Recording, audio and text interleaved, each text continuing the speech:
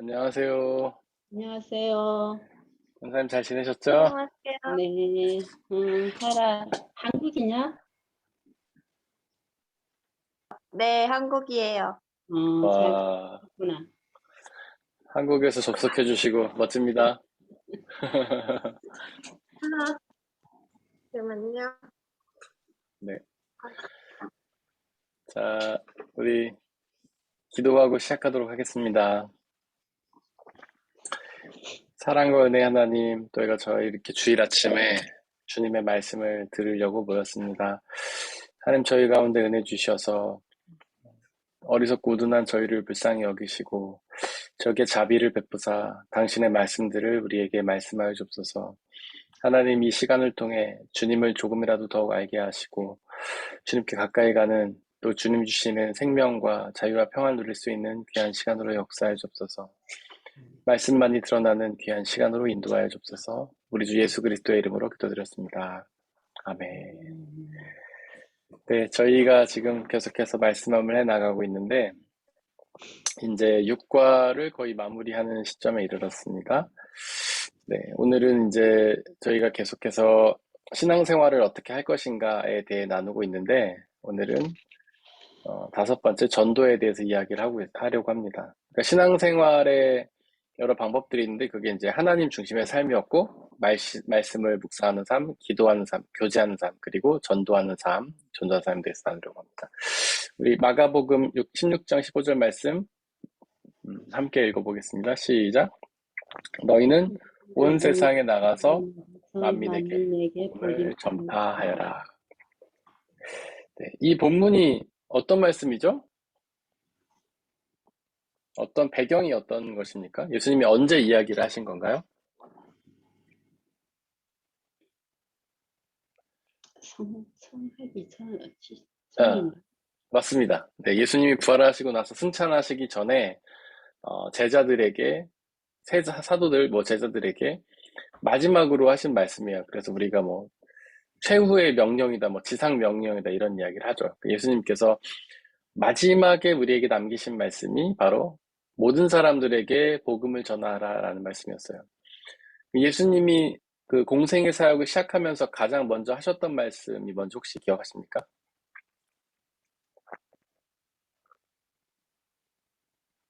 그리고 그 사역 기간에 가장 많이 하신 말씀.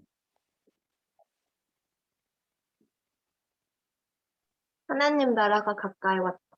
네, 맞습니다. 회개하라, 하나님 나라가 가까이 왔다. 그러니까 회개라는 것은 우리의 시선이 우리를 향해 있던 것을 하나님께로 돌려라. 왜냐하면 그 하나님 나라가 가까이 오고 있으니까. 그러니까 세상의 나라를 향해서 우리는 시선을 두고 거기다만 관심을 두고 거기에서 집중해서 살았던 그 삶의 우리의 방향을 하나님 나라로 돌려라. 하나님 나라가 오고 있다. 이제 그런 메시지를 예수님 하셨죠. 예수님께서 하셨던 사역은 다 하나님 나라를 우리에게 전해주시는 사역이었어요. 어떤 사람들을 치유해 주시거나 어떤 죽은 사람을 살리거나 이런 것들은 다 하나님 나라의 일부분을 경험케 하신 거죠. 그리고 예수님이 십자가에서 죽으심으로 우리의 모든 죄를 사하셨고 부활하심으로 우리가 부활할 수 있도록 하나님 나라에서 부활할 수 있도록 만들어 주셨고 그리고 하나님 나라로 올라가시면서 야 이제는 내가 하나님 나라로 올라가니까 너네가 그 나라의 복음을 전해야 돼 라고 이제 맡기신 거죠. 그래서 우리가 하나님 나라를 약속받은 사람으로서 그 하나님 나라를 전해야 될 사명을 우리에게 맡겨주고 가신 겁니다. 그러니까 우리가 복음을 전해야 될 이유는 예수님께서 우리에게 명령하신 것이기도 하죠. 또한 우리가 약속받은 그 나라를 그냥 우리만 가고 마는 게 아니라 우리 이웃들에게 전해야 되는 그런 사명을 받은 겁니다. 그리고 이렇게 복음을 전해야 되는 이유는 뭐냐면 저희가 칼 바르트라는 학자가 말한 믿음의 세 가지 믿음의 세 가지에 대해서 저희가 설명을 했었죠. 혹시 이게 뭔지 기억하십니까? 믿음의 세 가지.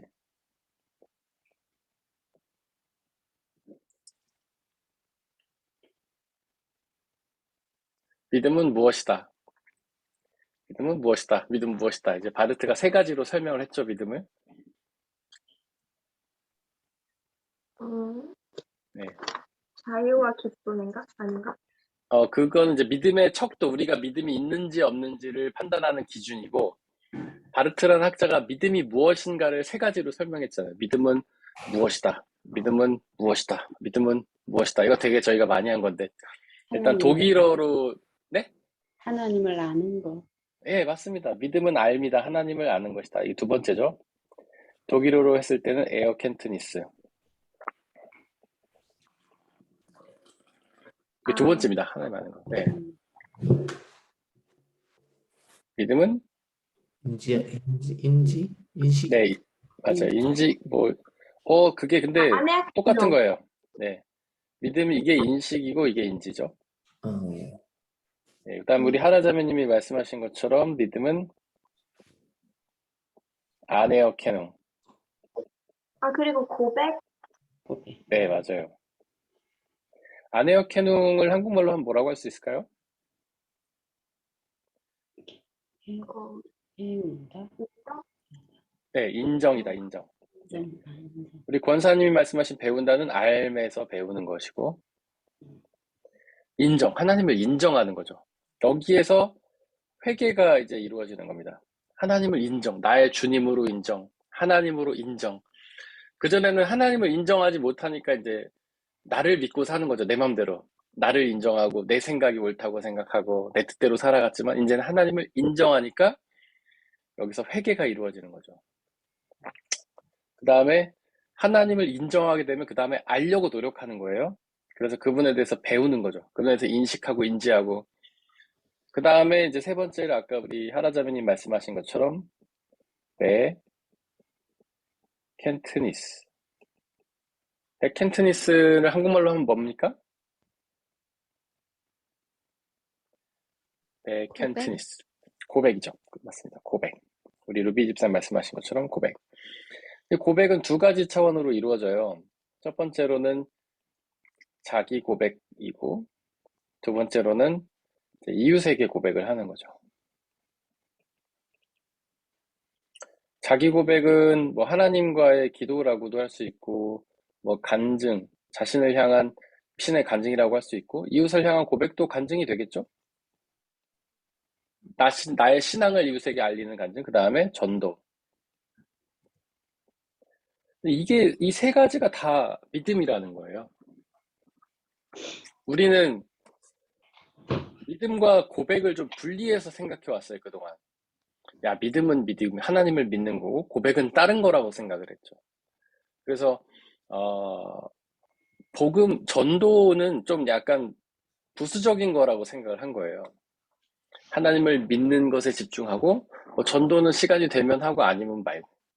근데 바르트는 이 세 가지가 다 믿음이라고 얘기를 해요. 우리가 하나님을 믿는다고 했을 때는 그분을 인정하고 그분을 알려고 해야 되고 또한 그분을 고백해야 된다는 거예요. 고백까지가 믿음이에요. 우리 말씀삼 하시는 분들은 히브리서 10장 26절 다 외웠죠? 당신이 만일 예수를 주님이라고 입으로 고백하고 그분을 하나님 갑자기 그 다음에 생각이 네. 하나님의 아들을 죽은 자 가운데 살리신 것을 마음으로 믿으면 구원 얻을 것이다. 그래서 사람은 마음으로 믿어서 의에 이르고 입으로 고백해서 구원에 이른다. 구원에 이르게 됩니다. 권사님 역시 우등생 저보다 낫습니다. 여기서 핵심은 사람은 마음으로 믿어서 의에 이뤄요. 여기서 의라는 건 믿음이죠. 다시 말해서 사람은 마음으로 믿어서 믿음에 이르고 입으로 고백해서 구원에 이른다는 거예요. 그게 로마서 10장 26절 말씀입니다. 히브리서 10장 26절 말씀.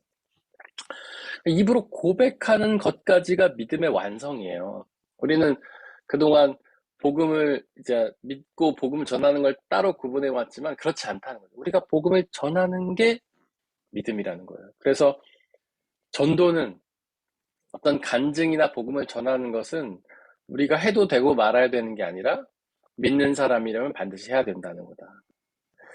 제가 그런 말 했잖아요. 우리가 믿으면 말하게 되는 거예요. 그러니까 여기서 성경에서 말하고자 하는 거는 야, 너 믿으니까 말해야 돼라는 당위가 아니라 믿으면 말하게 된다는 어떤 현상을 설명하는 거예요. 우리가 하나님을 믿으면 하나님에 대해서 고백하게 된다는 거죠. 우리가 너무 좋은 거를 경험하면 막 고백하고 싶잖아요. 어떤 재밌는 드라마나 영화를 봤어요. 그러면 야, 그거 꼭 봐. 진짜 재밌어. 그러잖아요. 맛있는 걸 먹었어요. 야, 그거 진짜 맛있어. 꼭 먹어봐. 그러지 않습니까? 그런 것처럼 우리가 좋은 걸 경험하면 말하게 된다는 거죠. 하나님 만났더니 그분이 주시는 영원한 생명의 약속도 너무 감사하지만 그분과의 교제를 통해서 누리는 어떤 기쁨과 자유가 너무 좋아가지고 주위 사람들한테 말하지 않으면 안 되는 거예요. 요즘 우리 권사님이 참 간증과 전도를 많이 하시는데 억지로 하는 게 아니죠. 뭔가를 경험해 보니까 좋아가지고 뭐 길 가다가도 어떤 사람한테도 전하고 막 그런 거 아니겠어요? 맞죠, 권사님? 네. 네, 어쨌든 그렇다는 거죠. 그리고 우리가 이제 영유콘 이야기 많이 했잖아요. 유콘. 좀 다시 쓸까요? 어이구.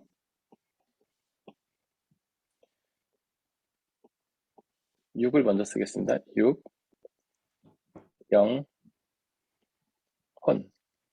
6은 헬라어로 혹시 기억하실 분 계세요?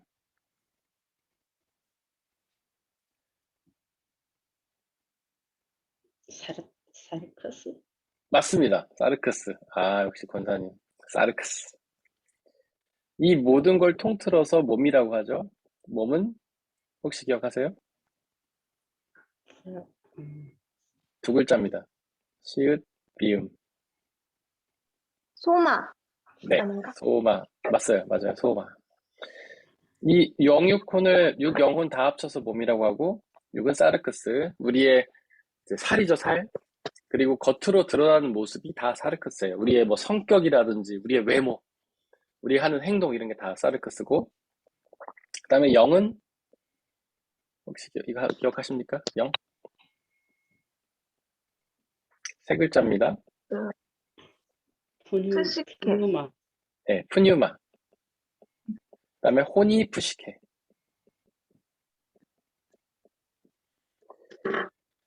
영은 뭔가 들어오는 곳이라고 해서 들어오는 곳. 그래서 하나님의 말씀이 들어오기도 하고 사탄의 말이 들어오기도 해요.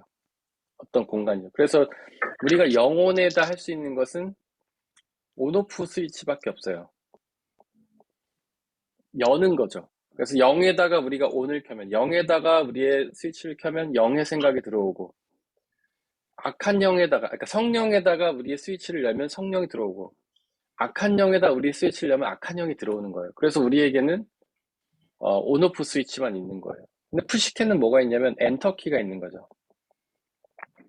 우리의 영에 들어온 생각들의 엔터키를 쳐서 우리의 것으로 만드는 곳이 혼이에요.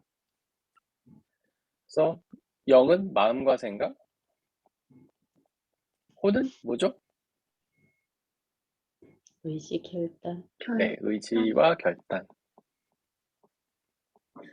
우리가 가만히 있을 때 생각이 들어오는 거는 영의 활동이에요. 우리가 믿음의 생각이 들었어요. 누구에게 오늘 복음을 전해볼까? 사랑을 나눠볼까? 이런 건 성령이 주시는 생각이죠. 근데 만약에 오늘 예배 드리지 말고 잠이나 자야겠다. 말씀 묵상은 뭐하러 하냐? 이런 생각이 들었어요. 그거는 악한 영이 주는 생각. 그렇게 생각과 마음에 드는 거는 우리의 것이 아니라고 했죠. 우리의 것이 아니에요. 그건 사탄이 집어넣는 겁니다. 어디부터 우리의 것이 되냐면 우리의 의지와 결단으로 결단하는 순간, 우리 마음속에 들어온 생각을 엔터키를 치는 순간 우리께 된다고 했어요. 그래서 오늘 누구에게 뭐 사랑을 좀 나눠줘 볼까? 뭐 찾아가가지고 먹을 거라도 좀 줘볼까? 이런 생각이 들었어요. 그러면 그거를 그래, 언제 하자. 계획을 딱 한 순간 지금 카톡을 보내서 약속을 잡아야지. 오늘 저녁에 가서 나눠줘야지. 이렇게 결단하는 순간 그게 우리의 것이 되는 거예요. 근데 이 의지의 결단은 뭘로 나타나냐면 생각의 계획, 그리고 행동, 고백으로 나타나요. 말로. 우리의 의지와 결단은. 그래서 머릿속으로 생각하고 계획하는 순간, 그래, 내가 오늘 저녁에 그 친구를 만나서 밥을 사줘야겠다. 계획을 잡는 순간. 그리고 그거를 행동으로 옮긴 순간, 옷을 갈아입고 나가야지. 혹은 뭐 전화를 버튼을 누른다던가 이렇게 행동 나타나는 순간. 그 다음에 입으로 내뱉는 순간 누군가에게 나 오늘 저녁에 누구 찾아가가지고 같이 밥 사주면서 사랑을 나눌 거야 라고 말하는 순간 그게 우리의 것이 된다는 거예요. 그래서 사람은 마음으로 믿어서 의에 이르고 입으로 고백해서 구원에 이르게 되는 겁니다. 왜냐하면 말은 혼의 결단이기 때문에 결단하는 순간 우리 것이 돼요. 성령의 생각이 우리 머릿속에 머무는 순간 그거는 성령 주신 생각이긴 하지만 우리에겐 아무런 영향력이 없습니다. 그러나 그것을 우리가 계획하고 말로 고백하고 행동으로 옮기는 순간 우리 것이 되는 거죠. 그래서 고백이 중요한 거예요. 고백은 그 믿음이 우리의 것이 되게 만드는 작업이죠. 그리고 고백하느냐를 가지고 우리는 믿음이 있는지를 알 수 있게 된다는 거죠. 여러분들, 저번에 제가 여러분들한테 물어봤을 때 이거 다 외우고 계셨던 걸로 제가 기억을 합니다. 인정, 암, 고백. 이제 사람이라는 게 망각의 동물이죠. 망각은 은혜입니다. 주님이 너무 머릿속에 많은 걸 집어넣고 있으면 우리가 머리가 터질까봐 그 망각의 은혜를 주셨는데, 그래도 이런 것, 중요한 것을 잊으면 이제 안 되죠. 그래서 여러분들 다시 한번 머릿속에 기억을 하면서 믿음은 하나님을 인정하는 것이고 하나님을 알아가는 것이다. 배우는 것이다. 배워야지 믿음이다. 그리고 그분을 고백하는 것이 믿음이다. 이 사실을 다시 한번 머릿속에 새겨주시기를 바랍니다. 혹시 여기까지 질문이나 나누고 싶은 게 있으실까요? 뭔가 이렇게 복음을 전했을 때 그게 우리의 믿음, 그러니까 믿는 사람은 복음을 전하는 것도 믿음이지만 우리가 고백을 하고 어떤 전도를 하고 간증을 했을 때 우리의 믿음이 더 커지는 것을 느끼잖아요. 그렇죠, 여러분들? 혹시 이 부분에 대해서 나누고 싶은 거나 질문이 있거나 이런 분 계실까요?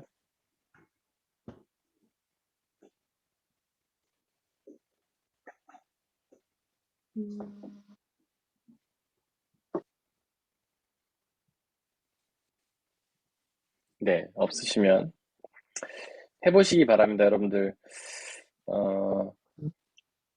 고백과 간증을 하시면 여러분들의 믿음이 더욱더 성장해지고 커집니다. 저희가 그 말씀 삶을 지금 하고 있잖아요. 권사님도 하고 계신데, 말씀 삶 첫 과가 뭐냐면 고백적 그리스도인이에요. 우리가 이렇게 간증을 하고 전도를 하는 것을 가장 첫 과에 다루고 있어요. 근데 그거를 저희가 해보면서 말씀 삶의 핵심은 뭐냐면 저희가 말씀을 이렇게 지금 말씀 알면 머리에 배우는 게 집중이잖아요. 근데 말씀 삶은 그걸 배우는 것들을 저희가 실제로 해보는 것에 굉장히 초점이 있거든요. 그래서 뭐 주위 사람들을 만나서 복음을 전해본다던가 이렇게 배운 걸 나눠본다던가 하면서 그런 경험들을 나누는데 너무 귀한 간증들이 많이 나옵니다. 네. 본인도 스스로 놀라는 거예요. 야, 이게 굉장한 파괴력이다. 우리도 스스로 다 놀래고 생각지도 못한 일이 막 벌어져요. 네.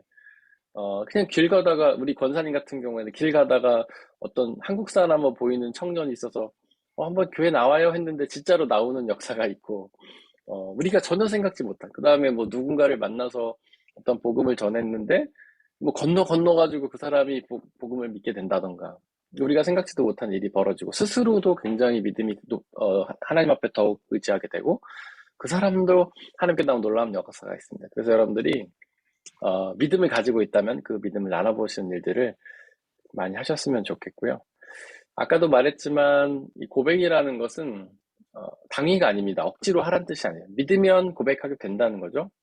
그래서 핵심은 그 안에 기쁨과 자유가 있어야 돼요. 우리가 기쁨으로 전해야 되고 자유함으로 전해야 됩니다. 뭐 오늘은 무조건 하루에 10번씩 전하자 막 이런 식의 방법이 뭐 나쁜 건 아닌데 거기에 너무 얽매여가지고 억지로 막 하다 보면 오히려 우리의 믿음이 기쁨이 사라지고 그렇게 되는 경우가 있기 때문에 기쁨과 자유로 하시길 바랍니다. 자, 이제 6번 봉사에 대해서 나누려고 하는데 그 고린도전서 15장 58절 있죠? 함께 읽어보겠습니다. 시작. 그러므로 나의 사랑하는 형제 자매 여러분, 굳게 서서 흔들리지 말고 주님의 일을 더욱 많이 하십시오. 여러분이 아는 대로 여러분들의 수고가 주님 안에서 헛되지 않습니다. 고린도전서 15장 58절 말씀. 아멘. 여기 보면 주님의 일을 더욱 많이 하십시오라고 되어 있어요. 그러니까 봉사를 하라는 거죠, 봉사. 이것도 마찬가지예요. 여러분들 봉사를 많이 하라고 했다고 해서 이거를 명령이나 의무로 생각하지는 마세요. 이것도 우리가 믿으면 봉사하게 된다는 겁니다. 근데 이제 처음에는 우리가 믿은 다음에 믿음의 어떤 기쁨과 감격을 가지고 뭘 해야 될지 모르니까 바울이 가르쳐 주는 거예요. 뭘 하라고. 그러니까 이게 뭐 어떤 의미나 명령이나 그런 게 아니고 부담이나 이런 걸로 다가오는 게 아니라 여러분들이 믿으면 그 기쁨과 감격을 가지고 뭐 봉사를 해라, 전도를 해라 이런 것들 가르쳐 주고 있는 것입니다. 이 봉사는 우리가 헬라어로 디아코니아라고 합니다. 많이 들어보셨죠? 디아코니아? 독일에 사시는 분들 많이 들어보셨을 텐데 디아코니아가 뭡니까?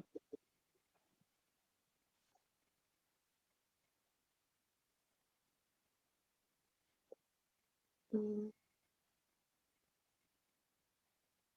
도움 뭐 그런 걸까? 네?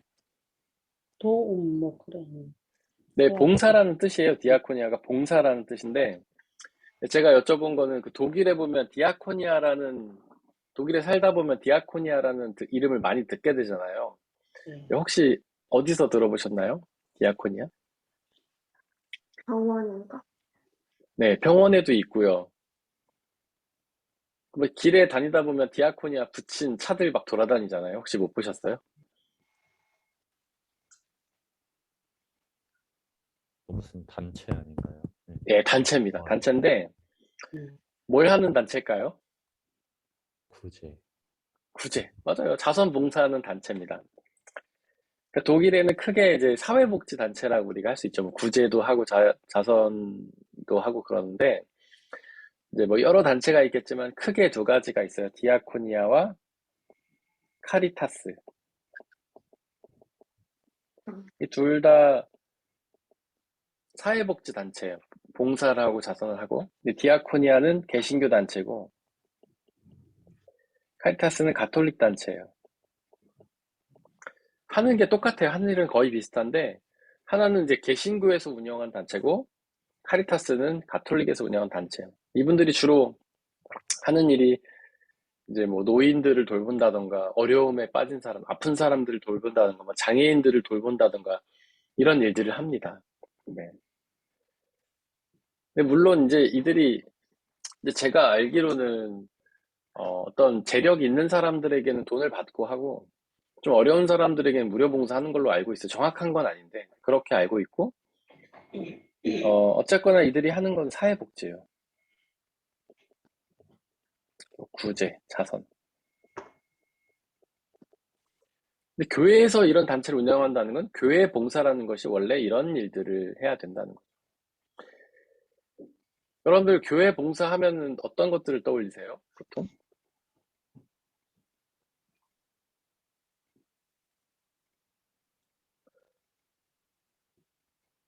보통 내가 교회에서 봉사해야겠다 이러면 어떤 것들을 하십니까, 여러분들?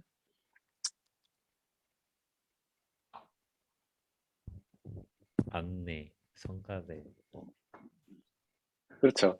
식당 이런 거. 맞습니다. 안내하고 성가대하고 식당 봉사하고 뭐 교사도 하고 주로 그런 것들을 하죠. 네, 맞아요. 그런 것도 교회 봉사인데 이제 그런 거는 교회 내 봉사라고 할 수 있고 봉사는 대사회 봉사도 있어요. 이 봉사는 이 두 가지를 다 의미한다는 거예요. 우리가 교회 내에서 뭐 교회의 어떤 여러모로 예배를 하거나 교회를 운영하는 데 필요한 봉사들을 하지만 교회 외 봉사도 원래는 신앙인들이 했었다는 겁니다. 그래서 옛날에는 교회 차원으로 뭐 구제도 하고 자선도 하고 이렇게 했는데 이제 그런 것들이 지금은 사회복지 단체로 다 갔죠. 그래서 우리가 교회에서 뭐 이렇게 그렇게 하는 경우도 있긴 하지만 우리가 주로 사회 내 봉사를 하지는 않습니다. 잘. 지금은 헌금을 보내거나 어떤 지원을 많이 하고 그러죠. 근데 원래 봉사라는 것이 이 두 가지를 다 의미했다는 거예요. 교회 내 봉사도 의미하지만 교회 외 봉사도 의미했다는 겁니다. 그래서 우리가 만약에 뭐 여건이 된다면 어떤 사회봉사, 대사회봉사, 우리가 그런 어떤 어려운 사람들을 돕고 이런 것들을 참여하는 것도 필요하고 뭐 가능하다면 그런 쪽에 우리가 어떤 후원금을 보낸다던가 이런 것도 해야 될 일이라고 생각하고요. 저는 대사회봉사 중에 하나가 이제 저의 개인적인 생각이기도 하고 어떤 신학자가 한 말인데 어떤 신학자인지 제가 이름을 잊어버렸어요. 그러니까 아마 비슷한 얘기를 본회퍼가 했을 겁니다. 정치에 참여하는 것도 전 대사회봉사다 이렇게 생각을 해요. 그건 이제 본회퍼도 그렇게 생각을 했고 본회퍼는 실제로 행동을 하기도 했죠. 본회퍼 어떤 사람인지 아세요? 혹시 기억하십니까? 본회퍼가 어떤 일을 한 분이죠?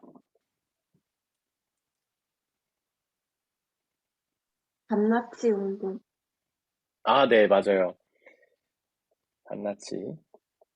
원래 목사님이신데 이제 세계 2차 대전 시기에 활동했던 분이죠. 신학자기도 하고 목사님이시기도 한데 이분이 뭐 좋은 신학책도 많이 쓰시긴 했는데 이분이 유명해진 이유는 뭐냐면 바로 히틀러를 암살하는 암살 작전에 이제 참여를 한 거죠. 우리로 치면 안중근 의사 같은 역할을 한 겁니다. 독일 민족들을 괴롭히는 나치를 암살하기 위해서 거기에 들어간 거예요. 그래서 이분은 어떤 신앙이 삶과 분리될 수 없다고 생각을 한 거죠. 그래서 신앙인들은 우리가 삶 속에서도 행동을 해야 되는데 특별히 이제 사람들을 괴롭히는 어떤 사람들의 영혼을 죽음으로 몰아가는 히틀러를 그러니까 내리게 하기 위해서 실제로 이 반나치 운동에 참여를 했고 그분을 이제 죽이기 위해서 암살 작전까지 하는 역할을 했습니다. 이런 분들은 굉장히 정치에 우리가 참여한다고 생각했던 거죠. 그리고 그 개혁교회라는 교회가 있어요. 개혁교회 혹시 들어보셨어요? 혹시 설명할 수 있는 분이 계십니까? 개혁교회가 뭔지?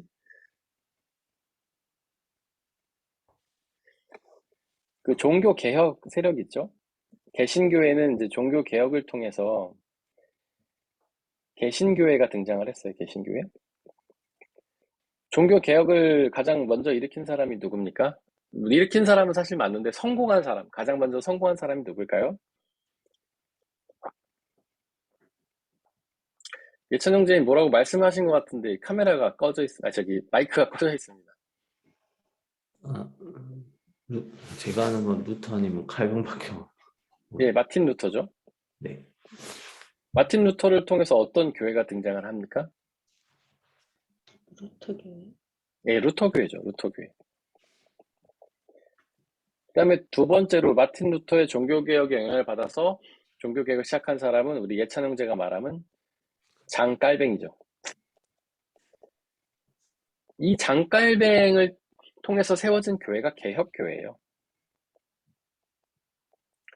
장깔뱅과 함께 개혁교회를 이끌었던 사람이 누구냐면 츠빙글리라는 사람이죠.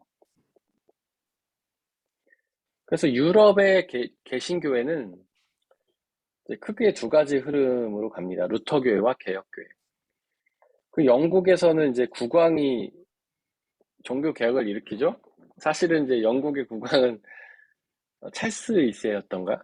네, 순수한 의도로 종교 개혁을 일으킨 건 아닙니다. 찰스 1세가 재혼을 하고 싶었던 거예요. 지금 부인하고 이혼을 하고. 근데 그 로마 가톨릭이 그걸 허용하지 않았어요. 로마 가톨릭은 이혼을 허용하지 않거든요. 근데 이 왕이 화가 나갖고 나는 이혼하고 재혼하고 싶은데 허락을 안 해준다. 그래갖고 종교 개혁을 일으켜가지고 하나의 개신교를 만듭니다. 그게 뭐냐면 영국에서 개신교에 세워진 거 혹시 아세요? 영국? 이름을 아십니까? 영국 뭐라고 하잖아요. 영국? 공인. 예, 성공회. 맞습니다. 성공회. 영국 성공회. 그래서 이제 종교 개혁 세력은 이렇게 크게 유럽에서는 세 가지인데 성공회는 영국에만 있었고 루터교회와 개혁교회가 전 유럽에 퍼졌어요. 그런데 이제 이 개혁교회 두 개가 루터교회와 개혁교회가 약간 많이 차이가 납니다. 루터교회는 좀 온건한 종교개혁파여서 가톨릭에서 문제점들만 개혁을 하고 그대로 웬만한 건 가지고 가려고 했어요. 그래서 예배의 모습이라든지 이런 건 거의 비슷하고 어떤 그 교황의 권위를 조금 내려놓게 하고, 그 다음에 교황 어떤 만인 제사장들을 주장한다고 이렇게 하면서 온건한 개혁 쪽으로 갔고, 개혁교회는 좀 급진적인 개혁교회로 갔어요. 그래서 카톨릭적 요소들을 거의 다 이제 거부하는 쪽으로 갔죠. 그게 개혁교회입니다. 이 개혁교회에 속한 사람들이 정치 참여를 많이 했어요. 그래서 제가 아까 말씀드린 장깔뱅이나 치빙글리는 어떤 일들을 했냐면, 이들은 이제 스위스에서 종교개혁을 일으켰는데, 종교개혁을 일으키면서 교회와 정치를 굉장히 연합시키려고 애를 썼습니다. 그래서 이 장깔뱅이나 치빙글리가 종교개혁을 일으킨 곳에는 거의 교회가 정치를 거의 감당했어요. 그래서 하나님의 도시를 만들어보자. 이 도시는 하나님의 뜻에 따라 움직이는 도시를 만들어보자. 그런 도시들이 이제 제네바 같은 데가 그랬던 거예요. 하지만 이제 처음에는 괜찮은 것 같았어요. 그래서 부자들에게 어떤 세금을 많이 걷거나 재산을 몰수해서 가난한 사람도 나눠주고, 이들은 그게 성경의 원칙이라고 생각했죠. 그 사도행전에 보면은 처음에 예수님을 믿게 된 사람들이, 초대교회 성도들이 재산을 다 교회에다 헌물하고 그거를 공동으로 나눠 쓰거든요. 사도행전에 보면 그런 모습들이 나오잖아요. 그래서 장깔뱅이나 치빙글리는 그거를 실제로 해보려고 했던 거예요. 어떤 제네바라든지 이런 도시에서 부자들의 돈을 재산을 몰수하거나 아니면은 뭐 세금을 많이 걷어서 가난한 사람들에게 나눠준 일들을 이제 하려고 했죠. 처음에는 이들의 종교 개혁이 굉장히 호응을 얻었습니다. 특히 가난한 사람들이 많이 좋아했죠. 그래서 호응을 얻었는데 이게 시간이 흐르면서 균열이 생겨요. 사람들이 이렇게 부자 걸 뺏어서 가난한 사람들 나눠주면 다 좋아할 것 같은데 그렇지가 않아요. 그 안에서 또 갈등이 생기고 문제가 생기고, 그래서 결국에는 시민들이 이들을 반대해서 쫓겨나는 일들도 일어나죠. 어떻게 보면 이츠빙글리나 장깔빙이 했던 게 최초의 공산주의와 같은 모습이라고 할 수 있어요. 공산주의 혁명도 비슷한 거잖아요. 부자들의 재산을 빼앗아가지고 가난한 사람들 나눠줘갖고 모두가 잘 살게 되는 나라를 만들자. 이게 그들의 모토인데, 그럼 어떻게 됩니까? 모두가 비슷한 재산을 가진 모두가 잘 살게 되나요? 그렇지 않죠? 우리 공산주의가 우리에게 보여준 것처럼 오히려 모두가 못 사는 나라가 돼버리는, 그래서 모두가 불편한 나라가 되고, 뭐 기득권층 몇 명이 또 그 안에서 생기고 기득권들이 잘 살게 되는 그런 일들이 벌어지죠. 그래서 어쨌거나 이 개혁교회는 실패했습니다. 결국 시민들이 반대해서. 하지만 그럼에도 불구하고 저는 신앙인들은 어느 정도 정치적인 행동을 할 수밖에 없다고 생각해요. 그러니까 정치라는 게 뭐 권력을 쥐고 무슨 권력자가 되고 이런 뜻이 아니라, 우리가 우리의 삶의 문제에 대해서 관심을 가져야 된다는 뜻이에요. 그래서 신앙과 삶을 분리시키는 게 아니라 우리가 우리의 삶 속에서 좀 더 하나님의 뜻이 실현되도록 애를 써야 된다는 거죠. 하나님의 뜻. 너무 가진 사람들이 많이 가지고 어떤 잘 사는 사람만 잘 사는 게 아니라, 그래도 하나님 주신 이 은혜를 더욱 공평하게, 좀 못 가진 사람들도 하나님의 은혜를 누릴 수 있도록 우리가 애를 쓰는 일들을 우리가 해야 되지 않나. 그런 것들이 개혁교회 입장이었고 반나치를 했던 보네퍼의 입장이었고, 저도 상당히 동의하는 바라고 할 수 있습니다. 여러분들은 이 문제에 대해서 혹시 질문이나 나누고 싶은 게 있으실까요?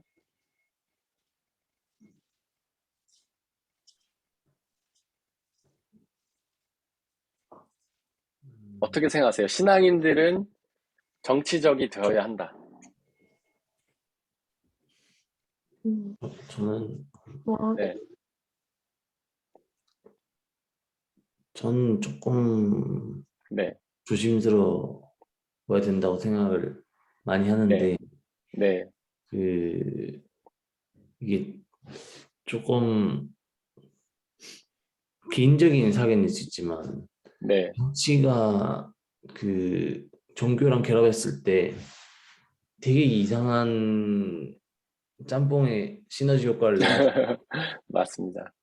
이제 정치도 이상해지고, 네, 정치도 되게 합리적이거나 어떤 음, 법에 따라서 이제 운영되지 않고, 음, 어떻게 보면 통치자들이 자기가 원하는 그 목적에 맞게 종교를 이용을 하고, 종교 지도자들도 되게 많이 권력화되고 네. 정치화되고 이렇게 되더라고요. 근데 네. 요즘에도 보면 정치하는 목사님들 네. 되게 많이 볼 수 있잖아요. 한국에서도. 네. 네. 저는 그런 걸 보면서 그 일반 성도들이나 개교회 목사님들이 각자의 어떤 정치적인 색깔을 가질 수 있다고 생각을 하고 네. 어떤 집회를 나간다든지 어떤 목소리를 낸다든지 할 수 있다고 생각을 하는데 네. 그걸 나 목사인데 난 이런 이야기를 해. 나는 기독교인데 이런 의견을 내. 라고 하는 거는 저는 조금 별로라고 생각했어요. 왜냐면 네. 제가 다녔던 교회에서도 이제 정치적인 목적을 가지고 교회 전체에서 무슨 참여금지법이라든지 이런 것들을 되게 한국 기독교 보수교회에서는 되게 안 좋아하는 그 주제들이잖아요. 네. 근데 그런 것들을 교회 갔을 때 서명을 해달라. 서명 운동을 네. 교회 내에서 하고 그리고 교회에서 사실 그 목사님이 설교하는 시간이나 아니면 기도하는 네. 시간에 되게 정치적인 메시지들을 되게 쏟아내는 거예요. 그래서 저는 네. 일반 성도 입장에서는 교회 내에서 대사회 면에서 교회 밖에서의 그런 활동들은 되게 뭐 해도 된다고 이렇게 생각을 하는데 교회 내에서 하니까 되게 힘들더라고. 저는 소화하기가 좀 네. 힘들어요. 그래서 네. 저는 개인적으로 하는 게 어떤가 이런 생각을 많이 하고 네. 네. 조금 그런 의견이 좀 있는 것 같아요. 그거를 네. 근데 저도 제 의견이니까 네. 맞는 건지 아닌지 잘 모르겠는데 네. 그렇게 생각을 하고 있습니다. 너무 좋은 의견이고, 제가 지적하고 싶은 부분이 바로 그겁니다. 예찬형 지금 너무 잘 얘기를 해주셨고, 정치에 참여해야 된다는 거는 우리가 그러니까 오해를 하면 안 돼요. 정치 어떤 세력이 되라는 게 아닙니다. 어떤 당을 지지하고 어떤 뭐 정당을 지지하고 어떤 정권을 지지하고 이런 뜻이 아니에요. 정치에 참여한다는 거는. 정치라는 거는 원래 삶의 문제예요. 정치라는 게 삶의 문제입니다. 어떤 권력을 획득하고 어떤 무슨 당을 지지하고 이런 게 정치가 아니라 원래 삶의 문제라는 거죠, 정치가. 그래서 우리가 교회에서 관심을 가져야 되는 게 어떤 정치 세력을 지지하고 그들에게 편승을 하고 그들에게 뭐 이런 게 아니고 사람들의 삶의 문제에 관심을 가지고 사람들의 삶을 더 낫게 만들 수 있도록 교회가 노력해야 된다는 뜻으로 제가 말씀드립니다. 그래서 우리가 정치해야 된다는 거는 뭐 요즘에 하고 있는 보수 목사님들처럼 뭐 어떤 정권을 뭐 얘기한다는 거 설교 시간에 누굴 지지하자, 뭐 어떤 정당을 지지하자 이게 아니라 실제로 서민들의 고통 속에 우리 교회가 찾아 들어가서 그들의 아픔을 해결해주기 노력해야 된다. 이런 차원으로 드린 말씀이었어요. 네, 아주 정확한 지적이셨고요. 네, 하라자매님 또 어떤 말씀 하고 싶으신가요? 목사님이 말씀하신 거랑 비슷한 것 같아요. 정치가 네. 우리가 그런 텔레비에서 보는 그런 게 정치가 아니라 내가 네. 어느 마트에서 장을 보는 것도 정치고 내가 물건을 네. 어디서 사는 건지 뭐 예를 들어서 나는 네슬레 물건은 사지 않겠다고 하면 네. 그것도 이미 정치인 거고 네. 그냥 내가 일상에서 사실 내가 내 집이 아니라 밖에서 사회에서 하는 모든 행동은 사실은 그게 정치인데 네. 그런 그러니까 정치를 어떻게 생각하느냐에서 좀 다른 것 같아요. 네, 맞아요. 여러분들, 저는 정치에 관심이 많고, 성도들이 다 정치적인 입장이 있어야 된다고 생각하는 사람이에요. 근데 제가 여러분들 뭐 설교 시간에 뭐 어떤 정권을 비판하거나 어떤 정당을 지지하거나 이런 얘기 전혀 하지 않잖아요. 그게 정치가 아니라는 거죠. 하지만 저는 그런 얘기를 합니다. 예를 들면, 지금 제 얘기가 잘 들리나요? 들립니다. 하울링이 좀 있는 것 같아요. 네. 그렇죠. 갑자기 제가 그래가지고, 네. 어쨌든, 저한테 제 이야기 계속 반복해서 들려가지고 굉장히 지금, 네. 잠깐만요. 제가 한번. 네. 네. 하지만 이제 저는 예를 들어서 설교 시간에 뭐 어떤 정당을 지지해야 되거나 어떤 정권을 지지해야 되거나 이런 얘기는 하지 않지만 하지만 그런 얘기는 하죠. 예를 들면 우리가 가난한 사람들에게 관심을 가져야 되고 가난한 사람들에게 우리의 사랑을 나눠줘야 된다. 근데 이런 게 정치적이라는 거죠. 정치라는 것은 또 크게 보면 부자에게 집중하거나 가난한 사람 돌보거나 이런 식으로 가잖아요. 우리는 오히려 가난한 사람들을 향한 사랑과 은혜를 전해야 된다. 이런 식의 차원을 말하는 겁니다. 근데 신앙인들 중에서 어떤 삶의 문제 전혀 관심이 없는 사람들이 있어요. 그냥 기도하는 일에만 관심을 두고 하나님의 복음이 이 세상에서 사람들의 삶에 어떤 영향을 끼치는지 전혀 관심이 없는 사람들이 있거든요. 근데 그래서는 안 된다는 거죠. 왜냐하면 신앙이라는 거는 신앙의 영역에만 머무는 게 아니라 우리의 삶의 영역에 들어가서 삶의 영역에 영향을 미치거든요. 그게 복음이거든요. 세상에 나가서 세상의 빛과 소금의 역할을 감당하는 것이 복음이기 때문에 우리는 성경에서 가르치는 어떤 삶에 대한 문제들에 관심을 가지고 그 삶에 대한 문제들을 세상의 삶 속에서 실제로 살아내면서 그 삶에 대한 문제들을 사람들에게 나눠줄 수 있는 그런 정치적인 입장이 있어야 된다. 이런 차원입니다. 네. 우리 예찬 형제님 하라자면이 아주 잘 설명해 주셨고요. 다른 분들은 혹시 어떻게 생각하십니까?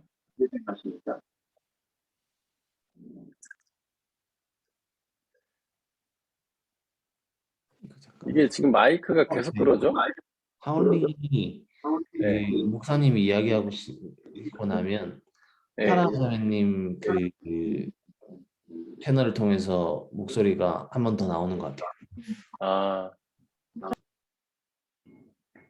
이제 괜찮나요? 네. 네. 하라자매님 혹시 뭐 2개 켜 있으세요? 아니 근데 하라자매님 컴퓨터와 저와 무슨 연결이 되어 있나요? 신기한 일이네요. 이제 괜찮네요. 잘 들리네요. 네, 문제가 해결되었습니다. 네, 혹시 뭐 정치와 관련해서 관심 있으실까요? 저는 그렇게 생각하는 거예요. 그러니까 성경에 있는 복음의 내용이 우리의 삶 속에서 실현이 되도록 우리가 통로가 되어야 한다. 그런 차원으로 드린 말씀입니다. 정치에 대해서. 그게 대사회 봉사다. 네.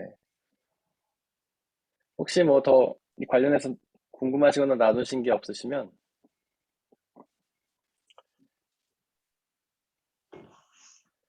그런데 이렇게 봉사를 하는 거는 대사회 봉사를 하는 거는 어려운 일이죠. 힘든 일이죠. 우리가 그런 것에 관심을 두지 않고 사는 것보다는 훨씬 어려운 일이죠. 고난의 길이죠.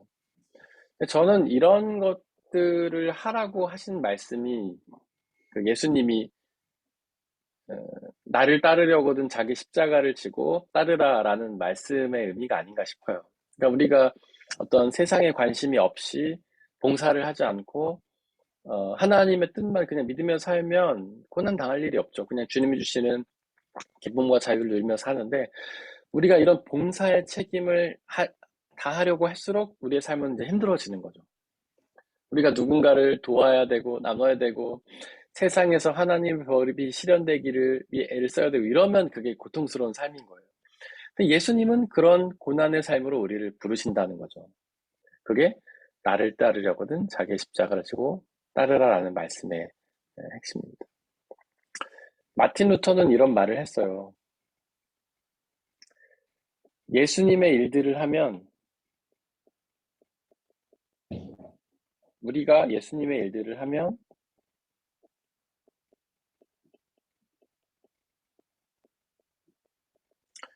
세상이 우리를 못 박는다.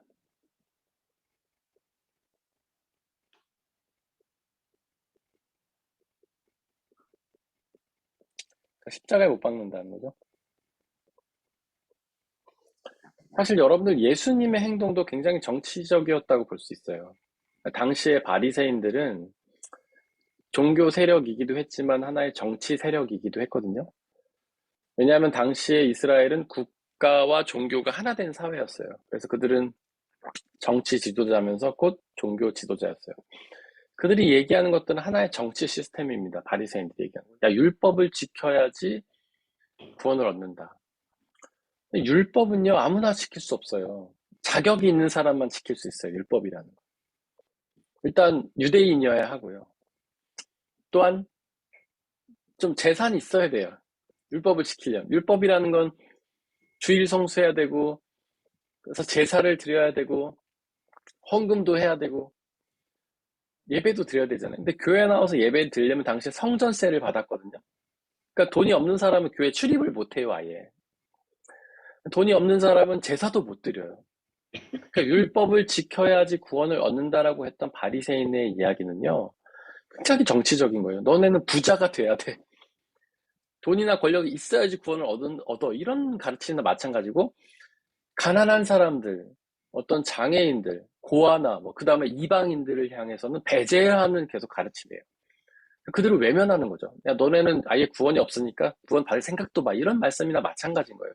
율법을 지켜 구원을 얻는다는 것은 율법을 지킬 수 없는 사람들에게는 굉장히 배제하는 메시지였던 거죠. 그래서 당시에 바리새인들의 메시지는 종교적이면서도 정치적입니다. 예수님의 발언은 무엇입니까? 예수님의 말씀은 율법이 없이 자기를 믿으면 구원을 얻는다는 거예요. 그거는 어떤 부자들 중심, 기득권 중심으로 돌아가던 당시의 세상을 흔드는 말이에요. 그냥 가난한 사람도 예배할 수 있어. 고아나 과부, 이방인도 다 복음 안에 들어올 수 있어. 당시의 세상이 어떤 유대인들에 의한 율법 시스템에 운영되는 정치 사회였다면 그거를 흔들어버리는, 당시의 정치를 완전히 흔들어 버리는 예수님의 어떤 개혁적인 메시지였던 거예요. 예수님이 십자가에 달리셨다는 게 그 사실을 보여주는 겁니다. 그런데 이상하지 않아요? 복음을 전하던 예수님이 왜 십자가에 달리셨을까? 십자가는 당시 유대인들이 극악한 사형수를 벌하던 사형도구였습니다. 죄수를 벌하던 사형도구였어요. 특별히 그냥 나쁜 짓하고 살인하고 이런 사람들이 매달리는 게 아니라 정치범들이 매달리는 그런 사형도구였어요. 예수님 옆에 두 강도가 매달렸잖아요. 그래서 사람들은 야, 강도짓해도 십자가에 매달리는 이렇게 생각하는, 사실 당시에 그 강도라고 번역된 단어는요, 원래 의적이라고 번역하는 게 맞아요. 의적. 의적이 뭡니까? 도둑질을 하는데 의로는 일을 위해서 도둑질하는 거잖아요. 부자들의 돈을 뺏어서 가난한 사람들한테 나눠주려고 도둑질하는 거잖아요. 그 두 강도가 그런 사람들이었던 거예요. 그냥 자기가 부자들 돈 뺏어서 자기 잘 먹고 살려고 하는 게 아니라 부자들의 돈을 빼앗아 가지고 가난한 사람들에게 나눠주려고 잡힌 거예요. 그래서 그들은 정치적인 일을 한 거예요. 정치적인 반란. 그래서 십자가에 매달린 겁니다. 십자가는 정치범들이 달리던 사형도구였어요. 예수님이 정치적인 죄목으로 죽으신 거예요. 당시의 로마 사회와 바리새인들은 예수님의 어떤 복음을 전하고 말씀 전하는 행위를 정치적으로 본 겁니다. 예수님의 행위는 정치적이었다고 볼 수 있어요. 어떤 정당에 가입하거나 정당을 지지한 게 아니라 그분이 가난한 사람들을 위해서 사역하셨고 그들에게 복음을 전했던 것 자체가 정치적인 행위였다는 거죠. 예수님 팔복을 보세요. 산상수훈 보세요. 야, 가난한 자에게 복이 있다. 애통하는 자에게 복이 있다. 다 이러시잖아요. 그러니까 가난하고 어떤 좀 돈이 없고 힘이 없어서 고통당하는 사람들에게 계속해서 자유를 선포하죠. 그게 굉장히 정치적인 메시지였던 거예요. 여러분들, 가룟 유다가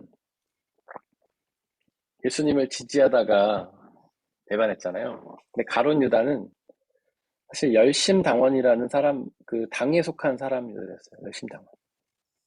열심당원을 우리가 젤롯당이라고도 하는데, 이게 뭐냐면 유대인들 중에서 바리새파 운동에 반대하고 가난한 서민들을 위해서 해방 운동을 하는 사람들이 젤롯당이었어요. 네. 이 사람들이 볼 때 예수님은 자기의 구원자인 거예요. 메시아인 거예요. 자기들도 부자들을 무너뜨리고 가난한 사람들을 도우려는 일들을 계속 하는데 예수님이 그 메시지를 전하고 계시거든요. 그래서 가룟 유다는 예수님이 우리의 메시아가 되셔가지고 가난한 사람들을 해방시켜 주시려 하시는구나, 이렇게 생각해서 예수님을 지지했던 겁니다.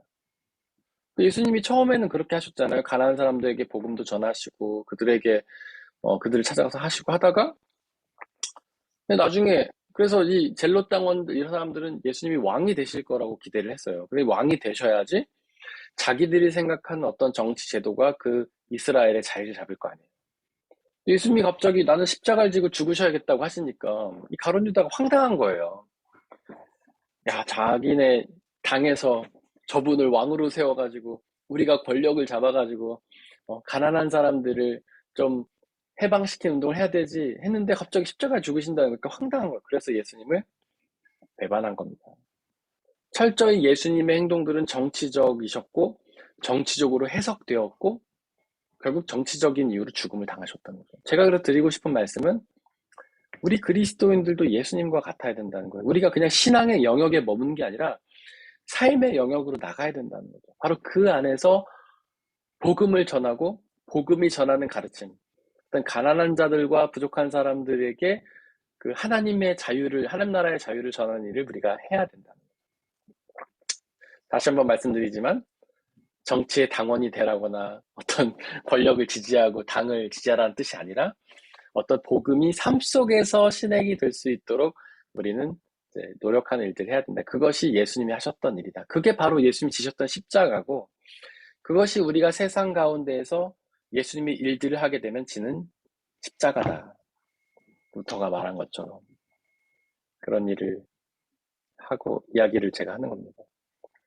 하지만 우리가 져야 될 십자가는 예수님의 지신 십자가에 비하면 작은 것이죠. 예수님은 그 십자가 때문에 죽으셨지만 우리는 뭐 그렇게 죽지는 않잖아요. 지금 하나님의 복음을 이 세상에서 전하는 일들을 하다가 죽지는 않잖아요. 그러니까 우리의 십자가는 예수님에 비하면 작은 십자가고 예수님은 무죄한 자로서 십자가를 지셨기 때문에 더욱 그 십자가가 고통스럽고 억울한 것이었지만 우리는 죄가 있잖아요. 우리는 부족하잖아요. 연약하잖아요. 원래 죽어야 될 존재들이고 그렇기 때문에 우리의 십자가는 예수님이 지신 십자가보다는 덜 억울하다. 덜 부담스럽다. 우리가 그러니까 그 십자가를 좀 더 기쁨으로 질 수 있어야 한다. 이것이 마틴 루터의 가르침이었습니다. 네, 이 부분에 대해서 더 질문이나 나누고 싶은 건 없으시죠? 자매님 있으세요?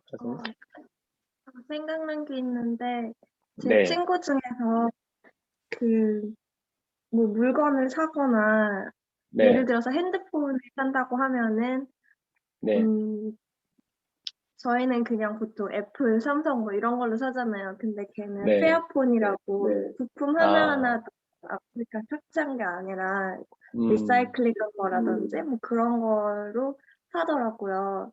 근데 네, 지금 생각해 보니까 그런 것도 저희가 세상이나 주변 생각하면서 살아가는 건데 저는 근데 그렇게 그런 기계의 그런 편안함이나 그런 거를 포기를 못 하는데 네, 걔는 가치를 다르게 보니까 그런 물건을 사서 좀 당연히 어플이나 뭐 핸드폰의 다른 액세서리 같은 거를 다 포기하고도 되게 네, 가치관이 다르니까 그런 거를 선택해서 사용을 하고 옷도 네, 나는 내가 예쁜 옷을 입고 싶은데 걔는 이제 고를 수 있는 폭이 되게 좁거든요. 이게 그런 네, 거를 다 하나 따지니까. 근데 그런 거가 걔는 그런 걸 다 포기할 수 있는 게 네, 가치관이 달라서 그런 거잖아요. 그래서 지금 네. 생각해 보니까 그런 것도 정치이고 가치관이 달라야지 그런 선택을 할 수 있는 것 같아요. 맞아요, 자매님. 바로 제가 이야기하고 싶은 게 그런 거예요. 우리가 뭔가 거창한 대단한 걸 생각하는 게 아니라 우리가 삶 속에서 그런 하나님의 복음을 실천할 수 있는 아주 작은 선택들을 해나가는 것이 바로 우리 신앙인들이 해야 될 정치적인 일이라는 거죠. 그 친구가 얘기한 것처럼 어떤 공정무역을 통해서 생산된 제품을 삼으로써 어떤 그런 아프리카 사람들이 착취를 더 이상 당하지 않고 그들이 노동의 대가를 정상적으로 받을 수 있게 하는 방법. 그런 것들이 되게 정치적인 행동이라는 거죠. 제가 실천하고 있는 것들을 소개해드리면 저는 거의 새 걸 사지 않고 거의 중고를 사요.